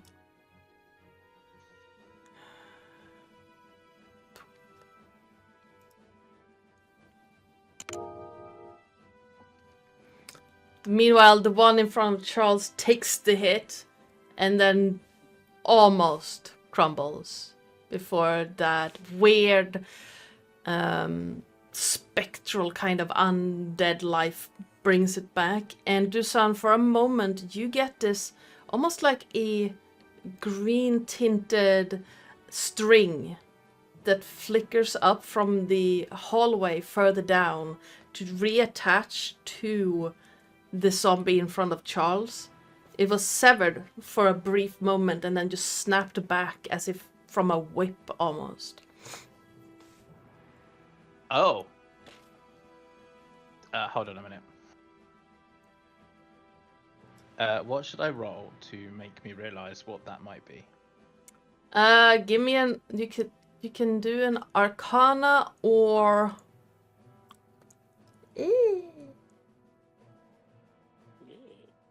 Wisdom check.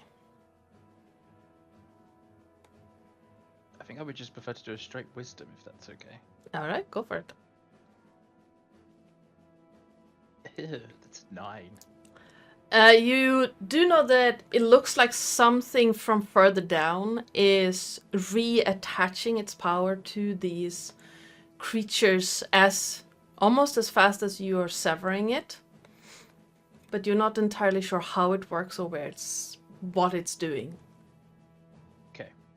I have my movement left, so I Yep. can move 45 feet in a single turn. Mm-hmm. So 5, 10, 15, 20, 25, 30, 35, 40, 45. I can start moving into the corridor, but not.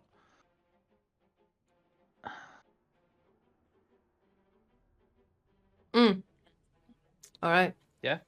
Yep. So back for Charles to see these two spiritual hands fly out behind them, clap the two zombies in front of them, and then this blur as this blue monk runs flying past.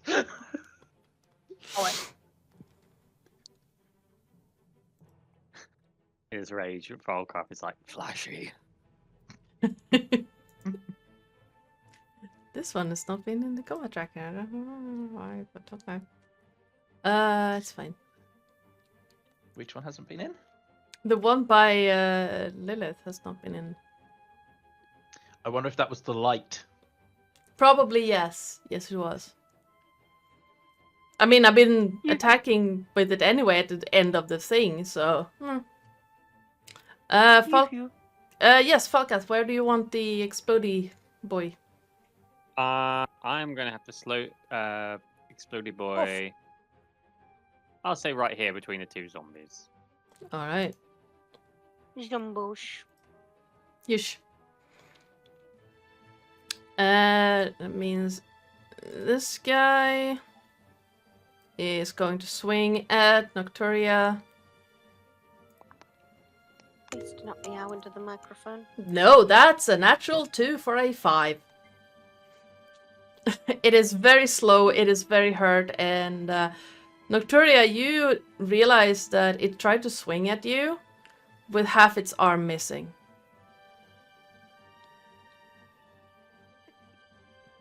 Do you need some help?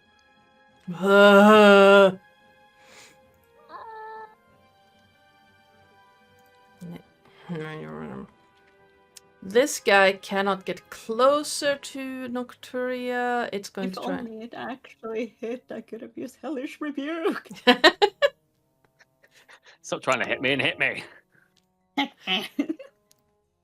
As you blur past the zombie Dusan, you feel like a whoosh past your head, as it was not quite fast enough to catch you. Because that is a 6 to hit.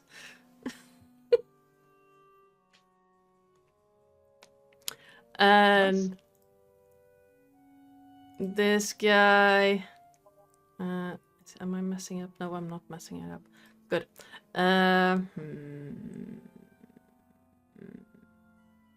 Well, the spectral hands came from Falca's area. It thinks it's Falca. It's gonna attack Falca.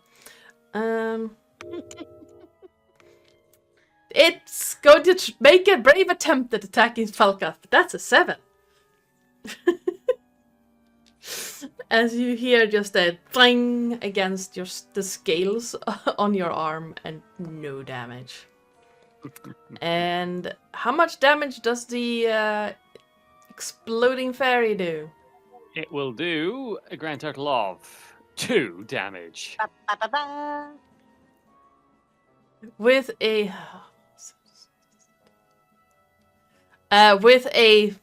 pop, the pixie vanishes, and in front of you, Charles, the creature drops dead. Nearly. How much health does it have? They are on 1 hit point, but undead fortitude is a bitch. Oh, that's funny. So every time I roll a con save for that one, they came back with 1 hit point.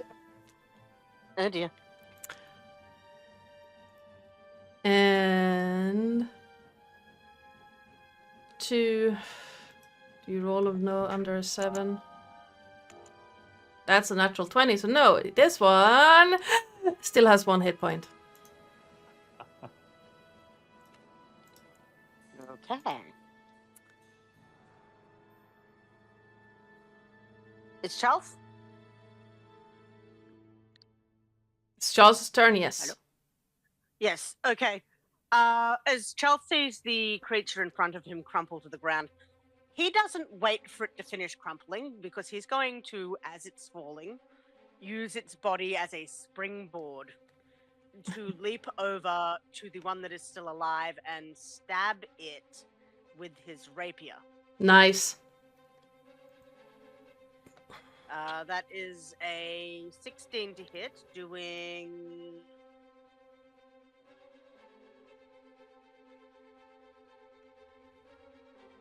11 damage.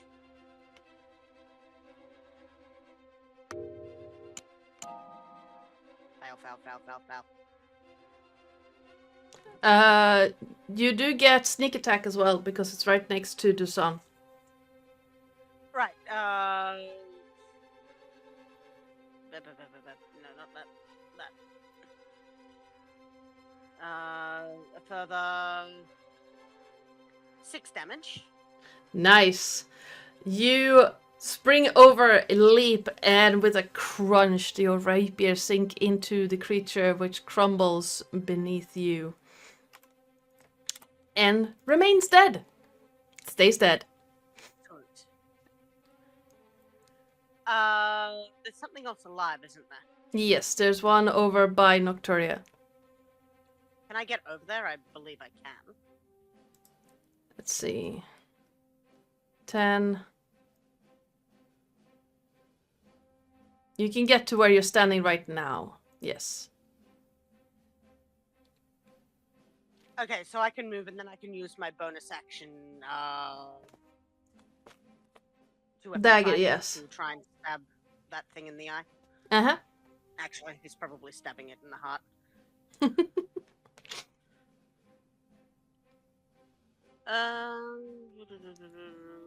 18 to hit, doing...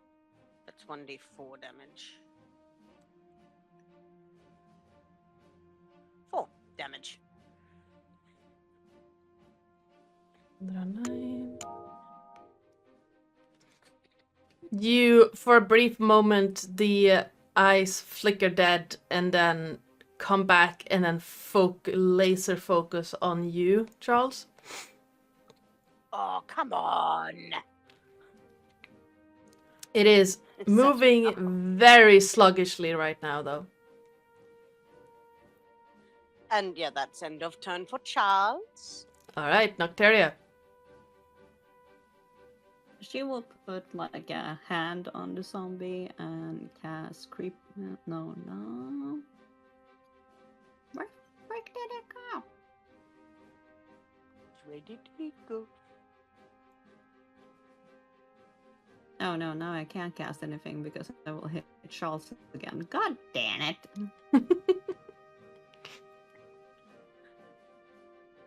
You only have area of effect spells?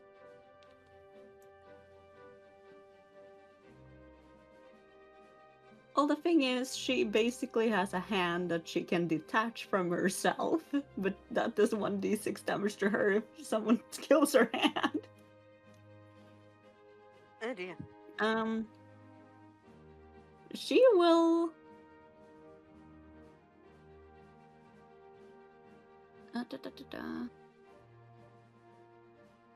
Uh-huh. Can I have a wisdom saving throw? Absolutely.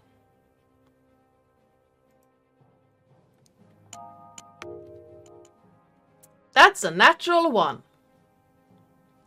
Yeah. She will tell the zombie to lay down.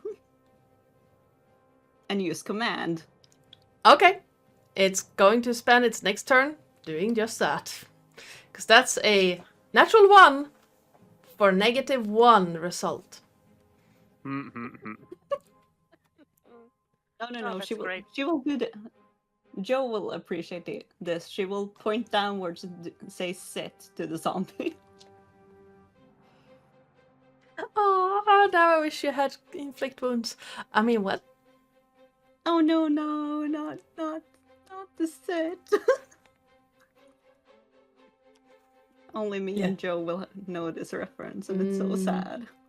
You have a bonus action and movement left. She will look at Falcom and just be like, "Don't see any fire." Coming. And I will walk over here. I'm going to cast my version of Inflict Wounds. Great axe to the face. Yes. All right. 16. 16 hits.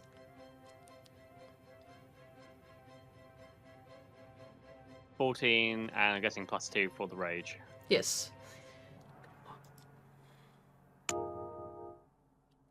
And with that, the last of the zombies crumble to the ground, making a brave attempt at following the last command it was given in its undeath, and just does not get back up again.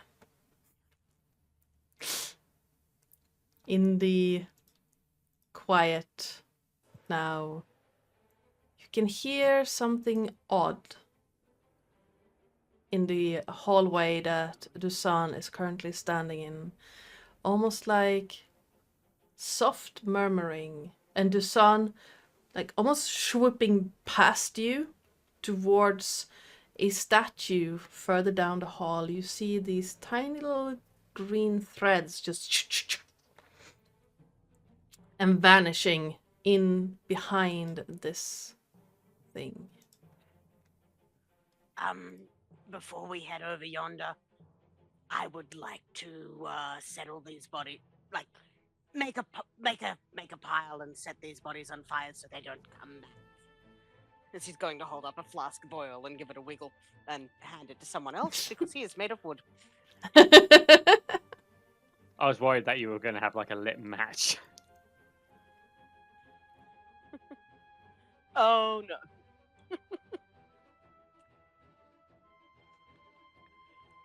He is made of wood. He knows how that movie went with the plastic one.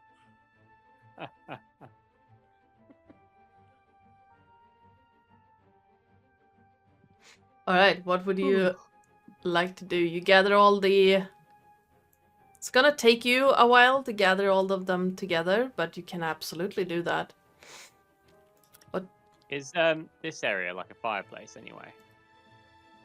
No, there's no fireplace. Okay. That is what looks like a shrine, and the iconography is that of an empty scroll, and someone has graffitied over it with what looks like a bleeding eye.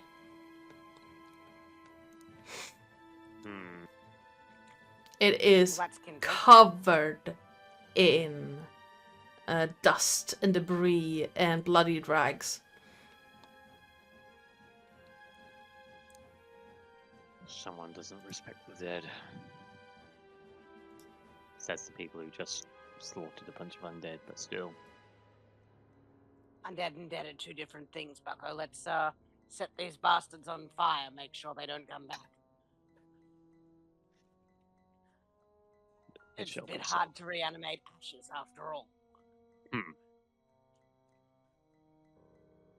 Falcaf will help move the Alright. It takes you about 20 minutes to gather them all together, and about another 10 to create the pyre that actually doesn't just fizzle out. Ouch.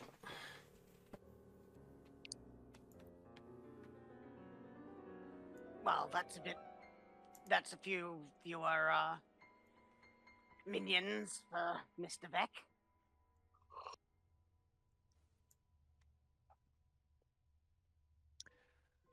Right.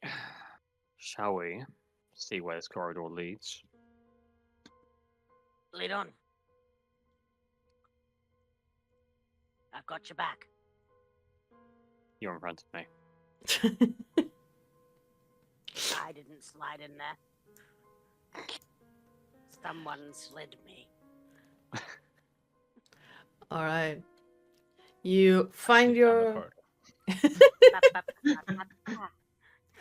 Duzan at the front by the looks of it.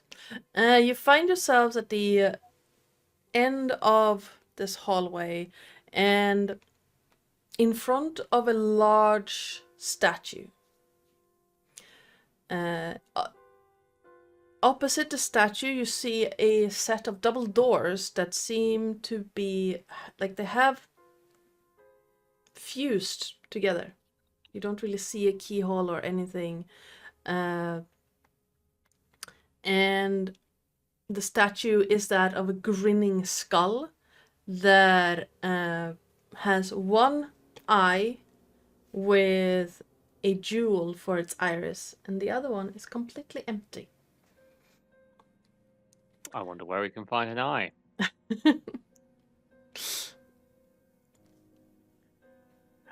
Doesn't our bardic friend have one sticking in her somewhere?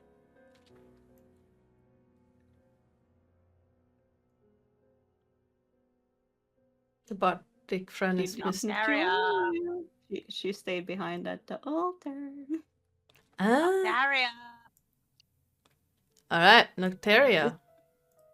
Is there any interesting with this altar? Except that there's an eye on the floor that is very intriguing. Someone has been drawing and graffitiing the area all around the shrine with that kind of bleeding eye symbolism. And if you want, you can give me a religion check. Religion. Oh.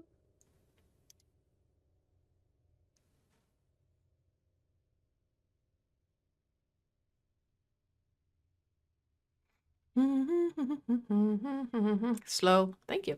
All right. That's a 22.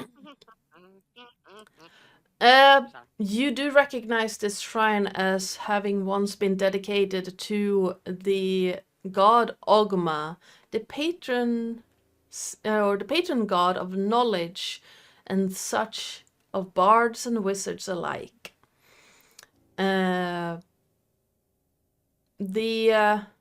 You get the sense that cleaning the shrine itself would help you in some ways, but you're not entirely sure how.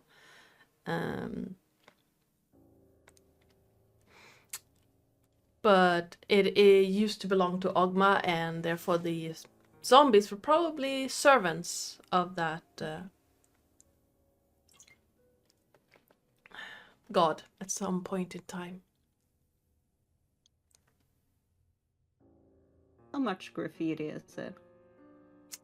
Right now it's one on the ornate scroll that's hanging like a banner, and you can see the one on the floor.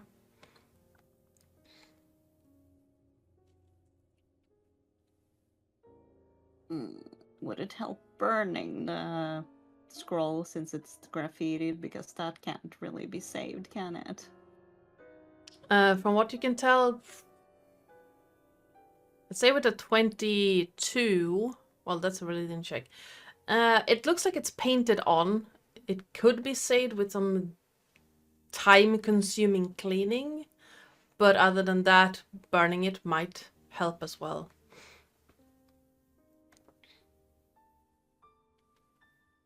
Then she hears the yelling for her name.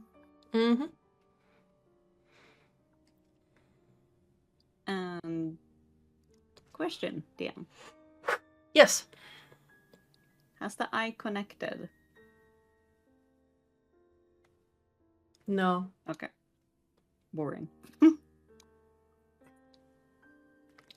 And she will just go over and be like, I heard you calling. Yeah, we might need that eye of yours. and you can see her fumbling in her hood.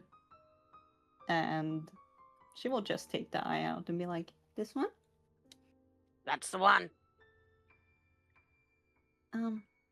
Would you mind afterwards maybe helping me clean away the painting? Loving how Falcus is just not gonna engage with that.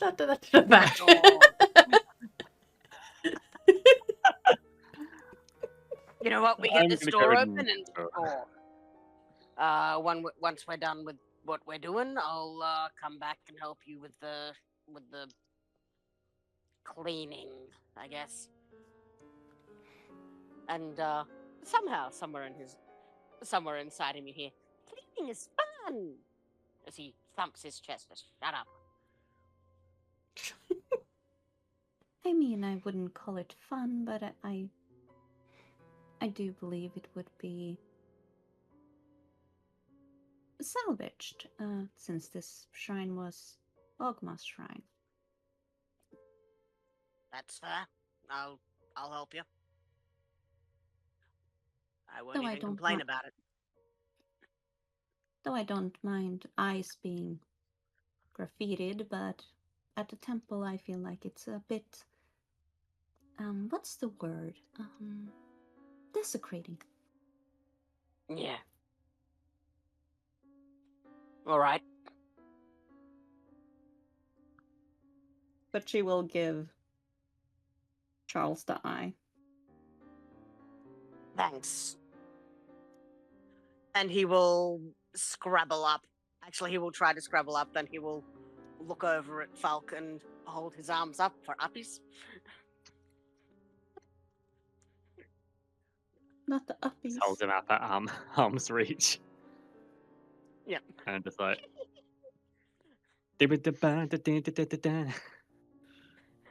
All And right. he will stick the eye in. Yeah, there's a as he's picked up the and squirts slightly. As you place the eye into the socket, the eye first thumps slightly and then expands to fill the entire socket, and the entire room fills with this kind of sickly, acidic poison kind of a green glow. And then, Dusan, next to you, you hear a creaking as the two double doors here. Let me open the door. Thank you. Are unlocked and open. I can apparently only Oh no, open. not the doors. And I closed them again. and at the bottom of the stairs, you see what looks like a set of pews. You.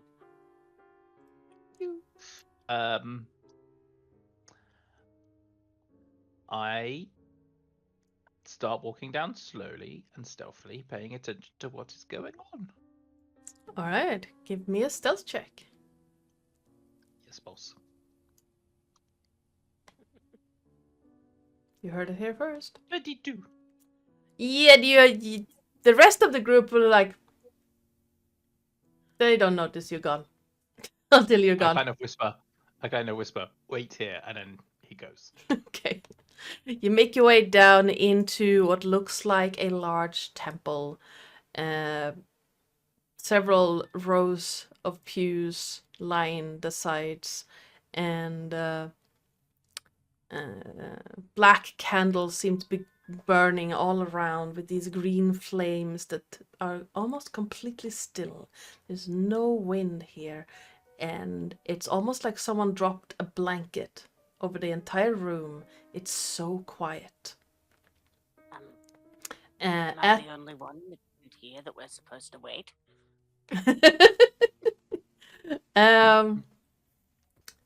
At the end of this room, you see a really large sculpture that seemed to be hacked out by people who don't really know what they're doing. And it's a hand holding an eyeball made out of just some really nasty looking stone. Because of course it is. Why wouldn't it be a hand with an eyeball? Can I approach more closely so I can get a closer look? Absolutely. Can I inspect the altar and the eyeball? Yes, you can. You can give me a religion check.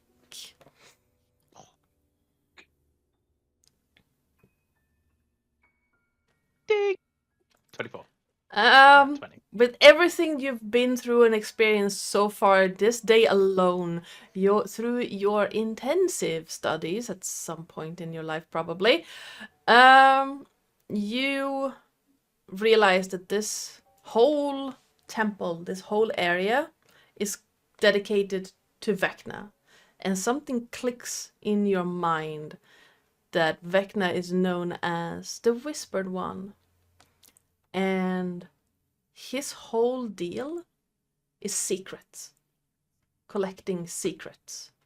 Wow. The more valuable the secret, the more he wants it. And with a natural 20, I'll say that if the more powerful secret you give up, the bigger the boon Vecna will grant to you. But you have to forget the secret yourself.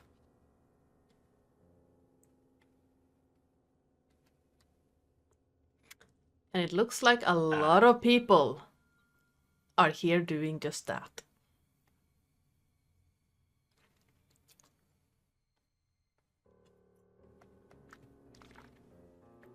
Joe, Yes?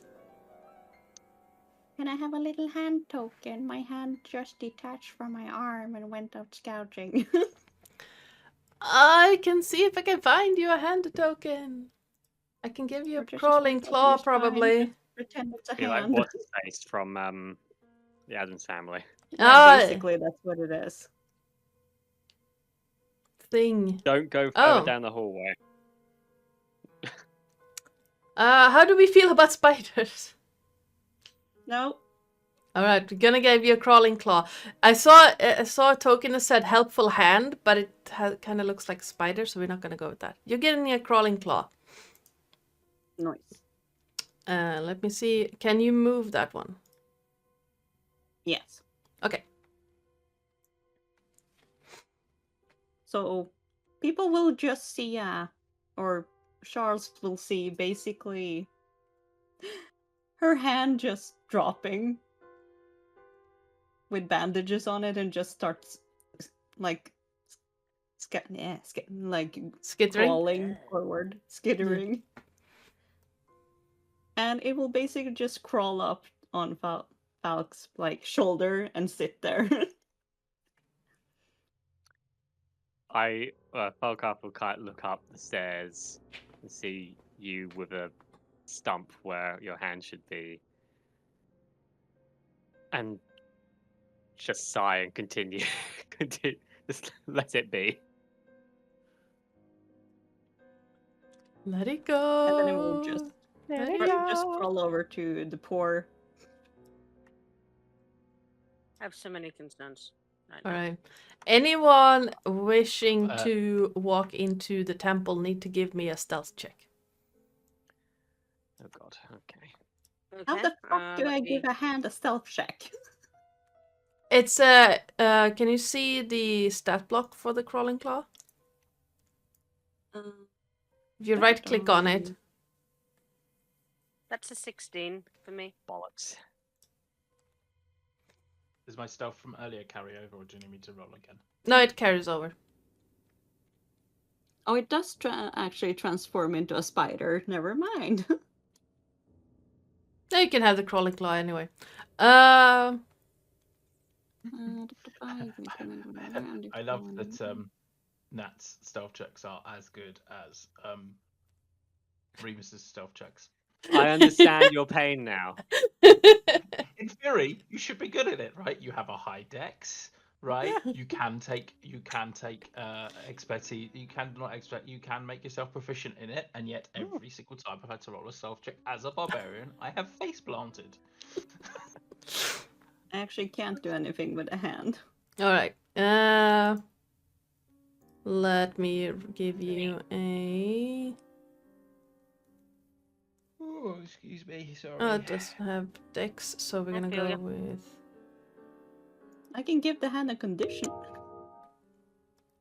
I mean, that's a 22, so it's very sneaky. Yes, it's so sneaky. It's like Alright, 22, 16. Math! Why am I so bad at math? We're gonna go with a 22 plus 7 plus 22 plus 16. Are you also coming down, Nocteria? she's blind and deafened at the moment. Fair enough. So Divided she's by basically 4. like just scoping with the spider hand, so she can see everything that everyone else sees, or Okay. what she can see.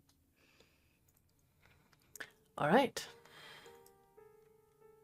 Who would that be? That would be Dusan. As you're standing there, checking out this statue, you hear a faint sound from the west. Like when you walk down into this temple area, you saw the 2 tunnels leading off, one leading east, one leading west. From the west one, you hear this odd breathing sound. It takes you about half a minute, and then you realize it's snoring. Someone is sleeping down that hallway. You don't hear anything at all from the eastern one. Down. So down this hallway, you hear snoring. Down this one, you hear nothing. Excellent. As I turn around from the altar and realize everyone else has joined me in the room, I go, I thought I told you all to stay outside.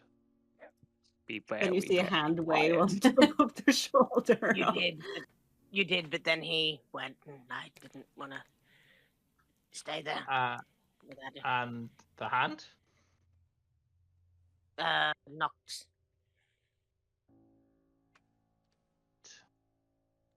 And she gives you a thumbs up.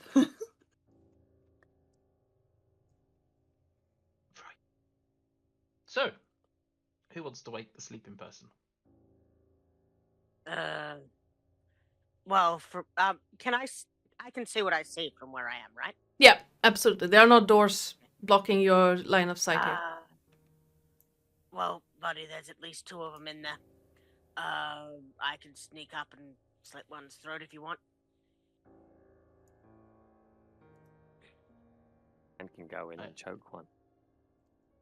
Yeah, Shall my we? slight challenge with you going in and choking one, Varkov, is that every attempt that we have made at stealthing somewhere has resulted in you kicking something. No, not me go in, the hand. Oh, the hand. My bad. Yeah. Fine. Let's go and wake the sleeping people, shall we? Well, I'd prefer to make them never wake up, but if that's Well, how many of them are there? at least 2. Well, then we kill one, and then we see what the other one has to say. All right. Sneaky, sneaky, sneaky, sneaky, sneaky, sneaky, sneaky. Oh god, there is way more than 2 in here. Would you like an extra stealth check from us to get into the room? No, it's fine.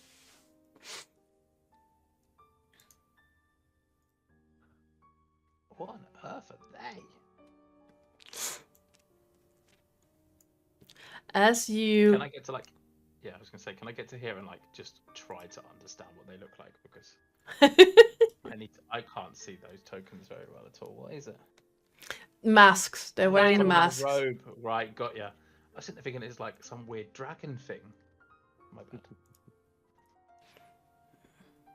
But no, as you sneak into the quarters, you realize there are at least 7 sleeping people wearing 6. robes. 6. I can't math today. 6 sleeping people wearing robes. So, Charles is going to very quietly stick his hand over the mouth of the guy that he's snuggled in next to now, Mm-hmm. and then just go and try and stab him through the throat with his dagger. Just like open up the throat. All right. That is an automatic crit. Okay. So roll 2d4. 2d4 plus 5. 2d4 plus your modifier, yes. So I'll roll 1d4 plus 5, and then I'll roll the other d4. That's probably the best way to do it. Yep.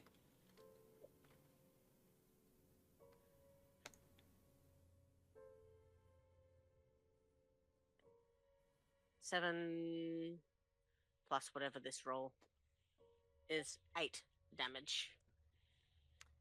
You cut into this guy's body and you realize the cut is not deep enough. The guy is not dead yet. And he is awake and moving. Barely moving. moving. I've got my hand around his mouth. Yep. Can I use 2-weapon fighting? Actually, would I get sneak attack with that as well? Yes, you would, actually. Never mind. So I will snack attack. When you said that you had like your hand over his mouth as well, I just imagine like a Thunderbird hand, just like. Pretty much. So that's an additional 6 damage. All right. Or do I get because it's a crit? Do I get another? Technically, yes, but he's very dead. Okay. Yes. Like, for a moment, he wakes up and then just falls dead. Please tell me they aren't killing innocent citizens. I mean, Charles doesn't care. the guy that Charles just killed, as he's moving around, you can see, is missing an eye. This guy's wearing a cloak, right? Huh? He's still in the cloak, yes. Can Charles hide himself under the cloak? Absolutely. Excellent. All right. This will sound a little bit gory, but he's actually sort of slightly positioned the body so it looks like it's still asleep on top of him with the cloak around him. So he's going to be covered in gore, but that's fine. All right. The song.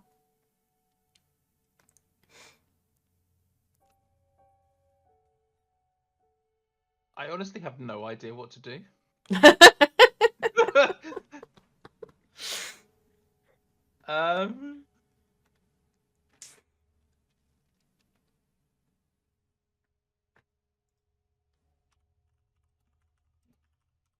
I mean, yeah, sure. I attempt to do exactly what Giles just did. Climb into bed with this guy, even though I probably weigh twice as much as Giles does. Take out my 3-foot long spear thing, and then attempt to stab him. Absolutely, go for it. It's an automatic crit because he is asleep and your stealth is good enough. Okay, so you want that plus a d8.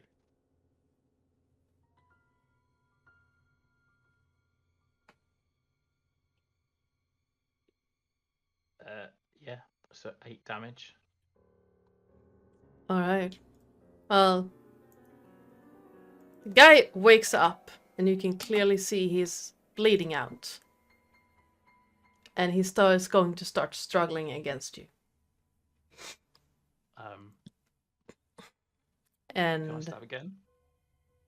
yeah. Give me a sleight of hand check first. Okay.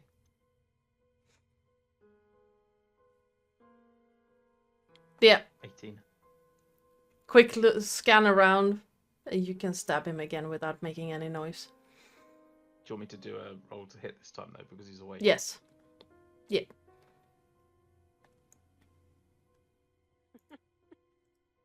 Yeah, that hits. better. It sounds. For 11. Yeah. The guy dies. He looks up at you, one eye missing, and then starts struggling, and then just. Charles, you make this look so much easier. Right. Helps if you set Alright. the- In the interest of saving time, are you assassinating all of them? Did we want to save the Um, last one? Yeah, I think For we're going to questioning? basically work our way through the room to kill as many of them as we can, and then just leave one alive for questioning. Yeah. Alright. Both of you give me a stealth check.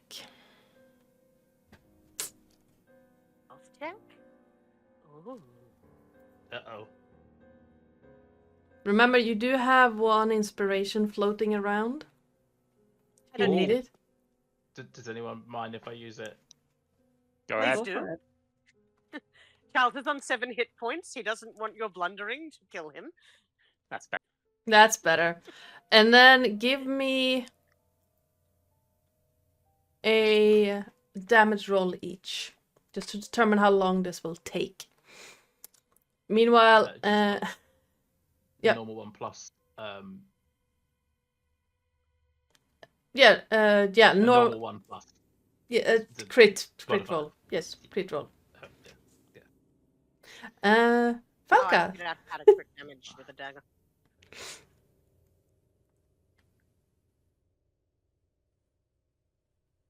And I'll do snake attack as well, yes? Yes.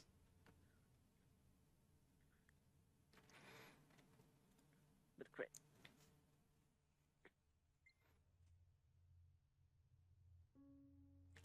All right. That wasn't with crit. That wasn't with crit. As the other two are making their way through the sleeping quarters, taking out these cultists, Falcath, you find yourself in what looks like a library of some sort. And there's not much here, really. You do see what looks like a stone table with a bunch of books on it. And there are some scrapes on the floor where you can imagine chairs have been. But most things seem to be removed from this chamber. There are 2 open books on the table, and that's about it. I will have a look at the books. All right. Give me an investigation check.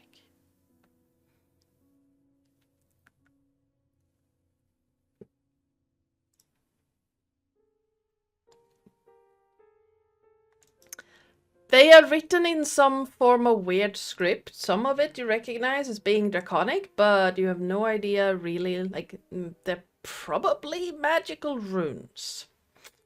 And magic is not one of your specialties. As you look Don't- I didn't around... use my magic awareness.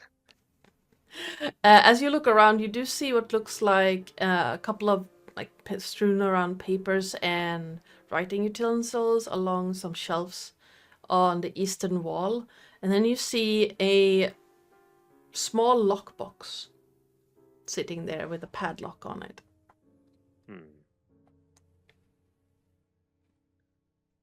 Do I see a key anywhere? Not in this room, no. Okay, I have a look at the lockbox and see if I can maybe break the lock. All right. The lock box is quite heavy, and the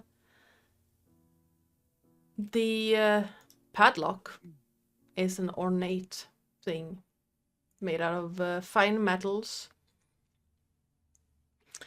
and probably has an equally ornate key, but it is not here.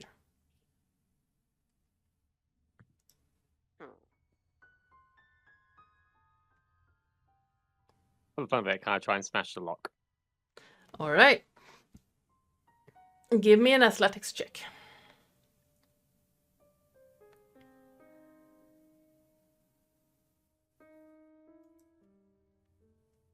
All right. 16. And then give me a Constitution saving throw. Oh my god. Okay. As the lock breaks and this bright light flashes out and engulfs you completely, Falkath. We're gonna do... Where are you? 2 and roll. And you take a 10 necrotic damage as these green tendrils fly out from the broken lock and just wrap all around you. And they almost like burn into your scales. And the quiet of this room, of this area, that feeling of having a blanket all over it, vanishes immediately. And you realize that quiet was not quiet.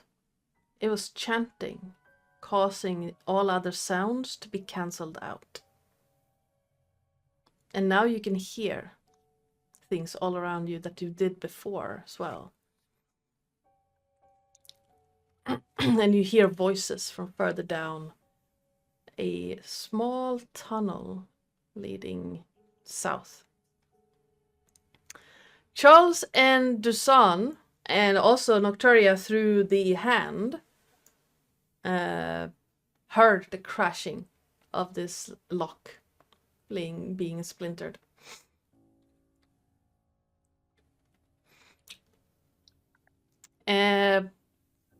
You wanted to leave one of the cultists alive? Yeah. Yes. All right. Well, the rest are dead by your hands at this point. You found one at the end. Not entirely sure why it ended up in the wall. So I'm gonna move that one a little bit. Here. That is still alive and now in your... Where are we? There we are. In your hands. Nocturia. Everything was very quiet for a very long time, and then it got very loud for a very short period of time, and then all sounds seem to have come back. Oh, my ears. What would They're you very like to sensitive do? ears. And also, the doors are closing.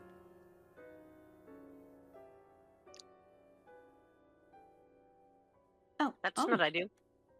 So her hand will attach again as it runs back up. Mm-hmm.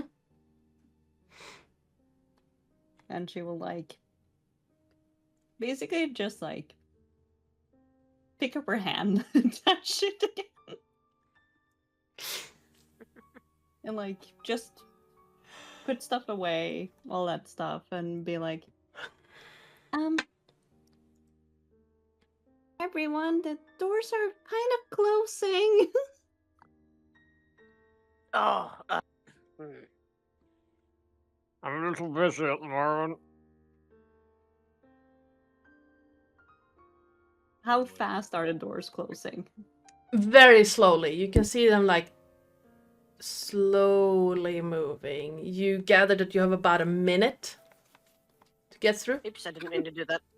Oops, I sorry. would say you would have about a minute of being busy. I don't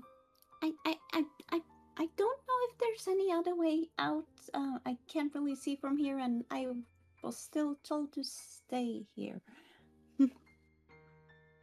Right. You. If those doors close, can we get back out?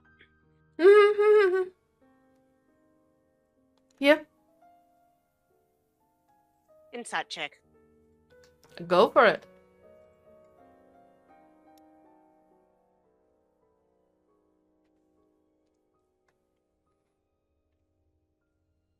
guess I believe him. Seems to be telling the truth.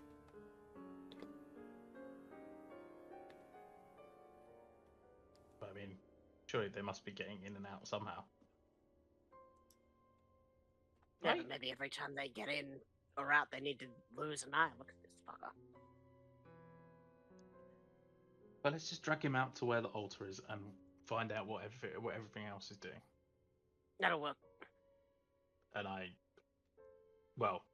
tie him up, and then I bodily drag him out to where the altar is so that we can meet up with everybody else.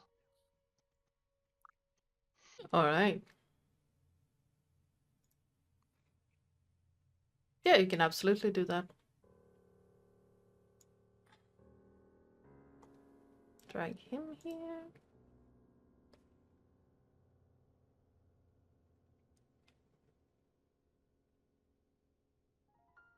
Hello?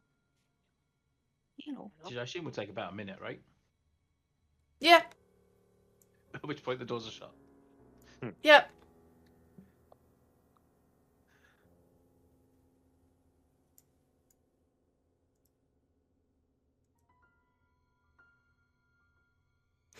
What's happening? Is it me or? No, The door closed. Oh, the doors are closed. Yep. The doors are now closed. Open them. Oh. Nocteria just standing outside being like, I was told to stay here.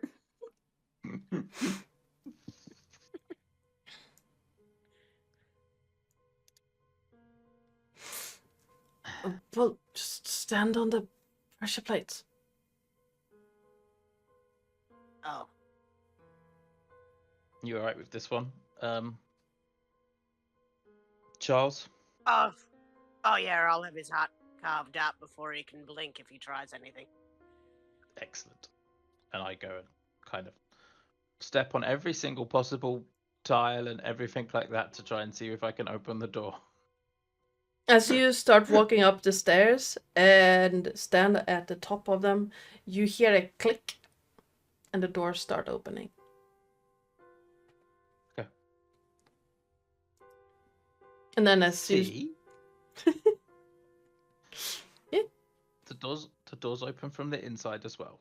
Do you want to come in now? Can I?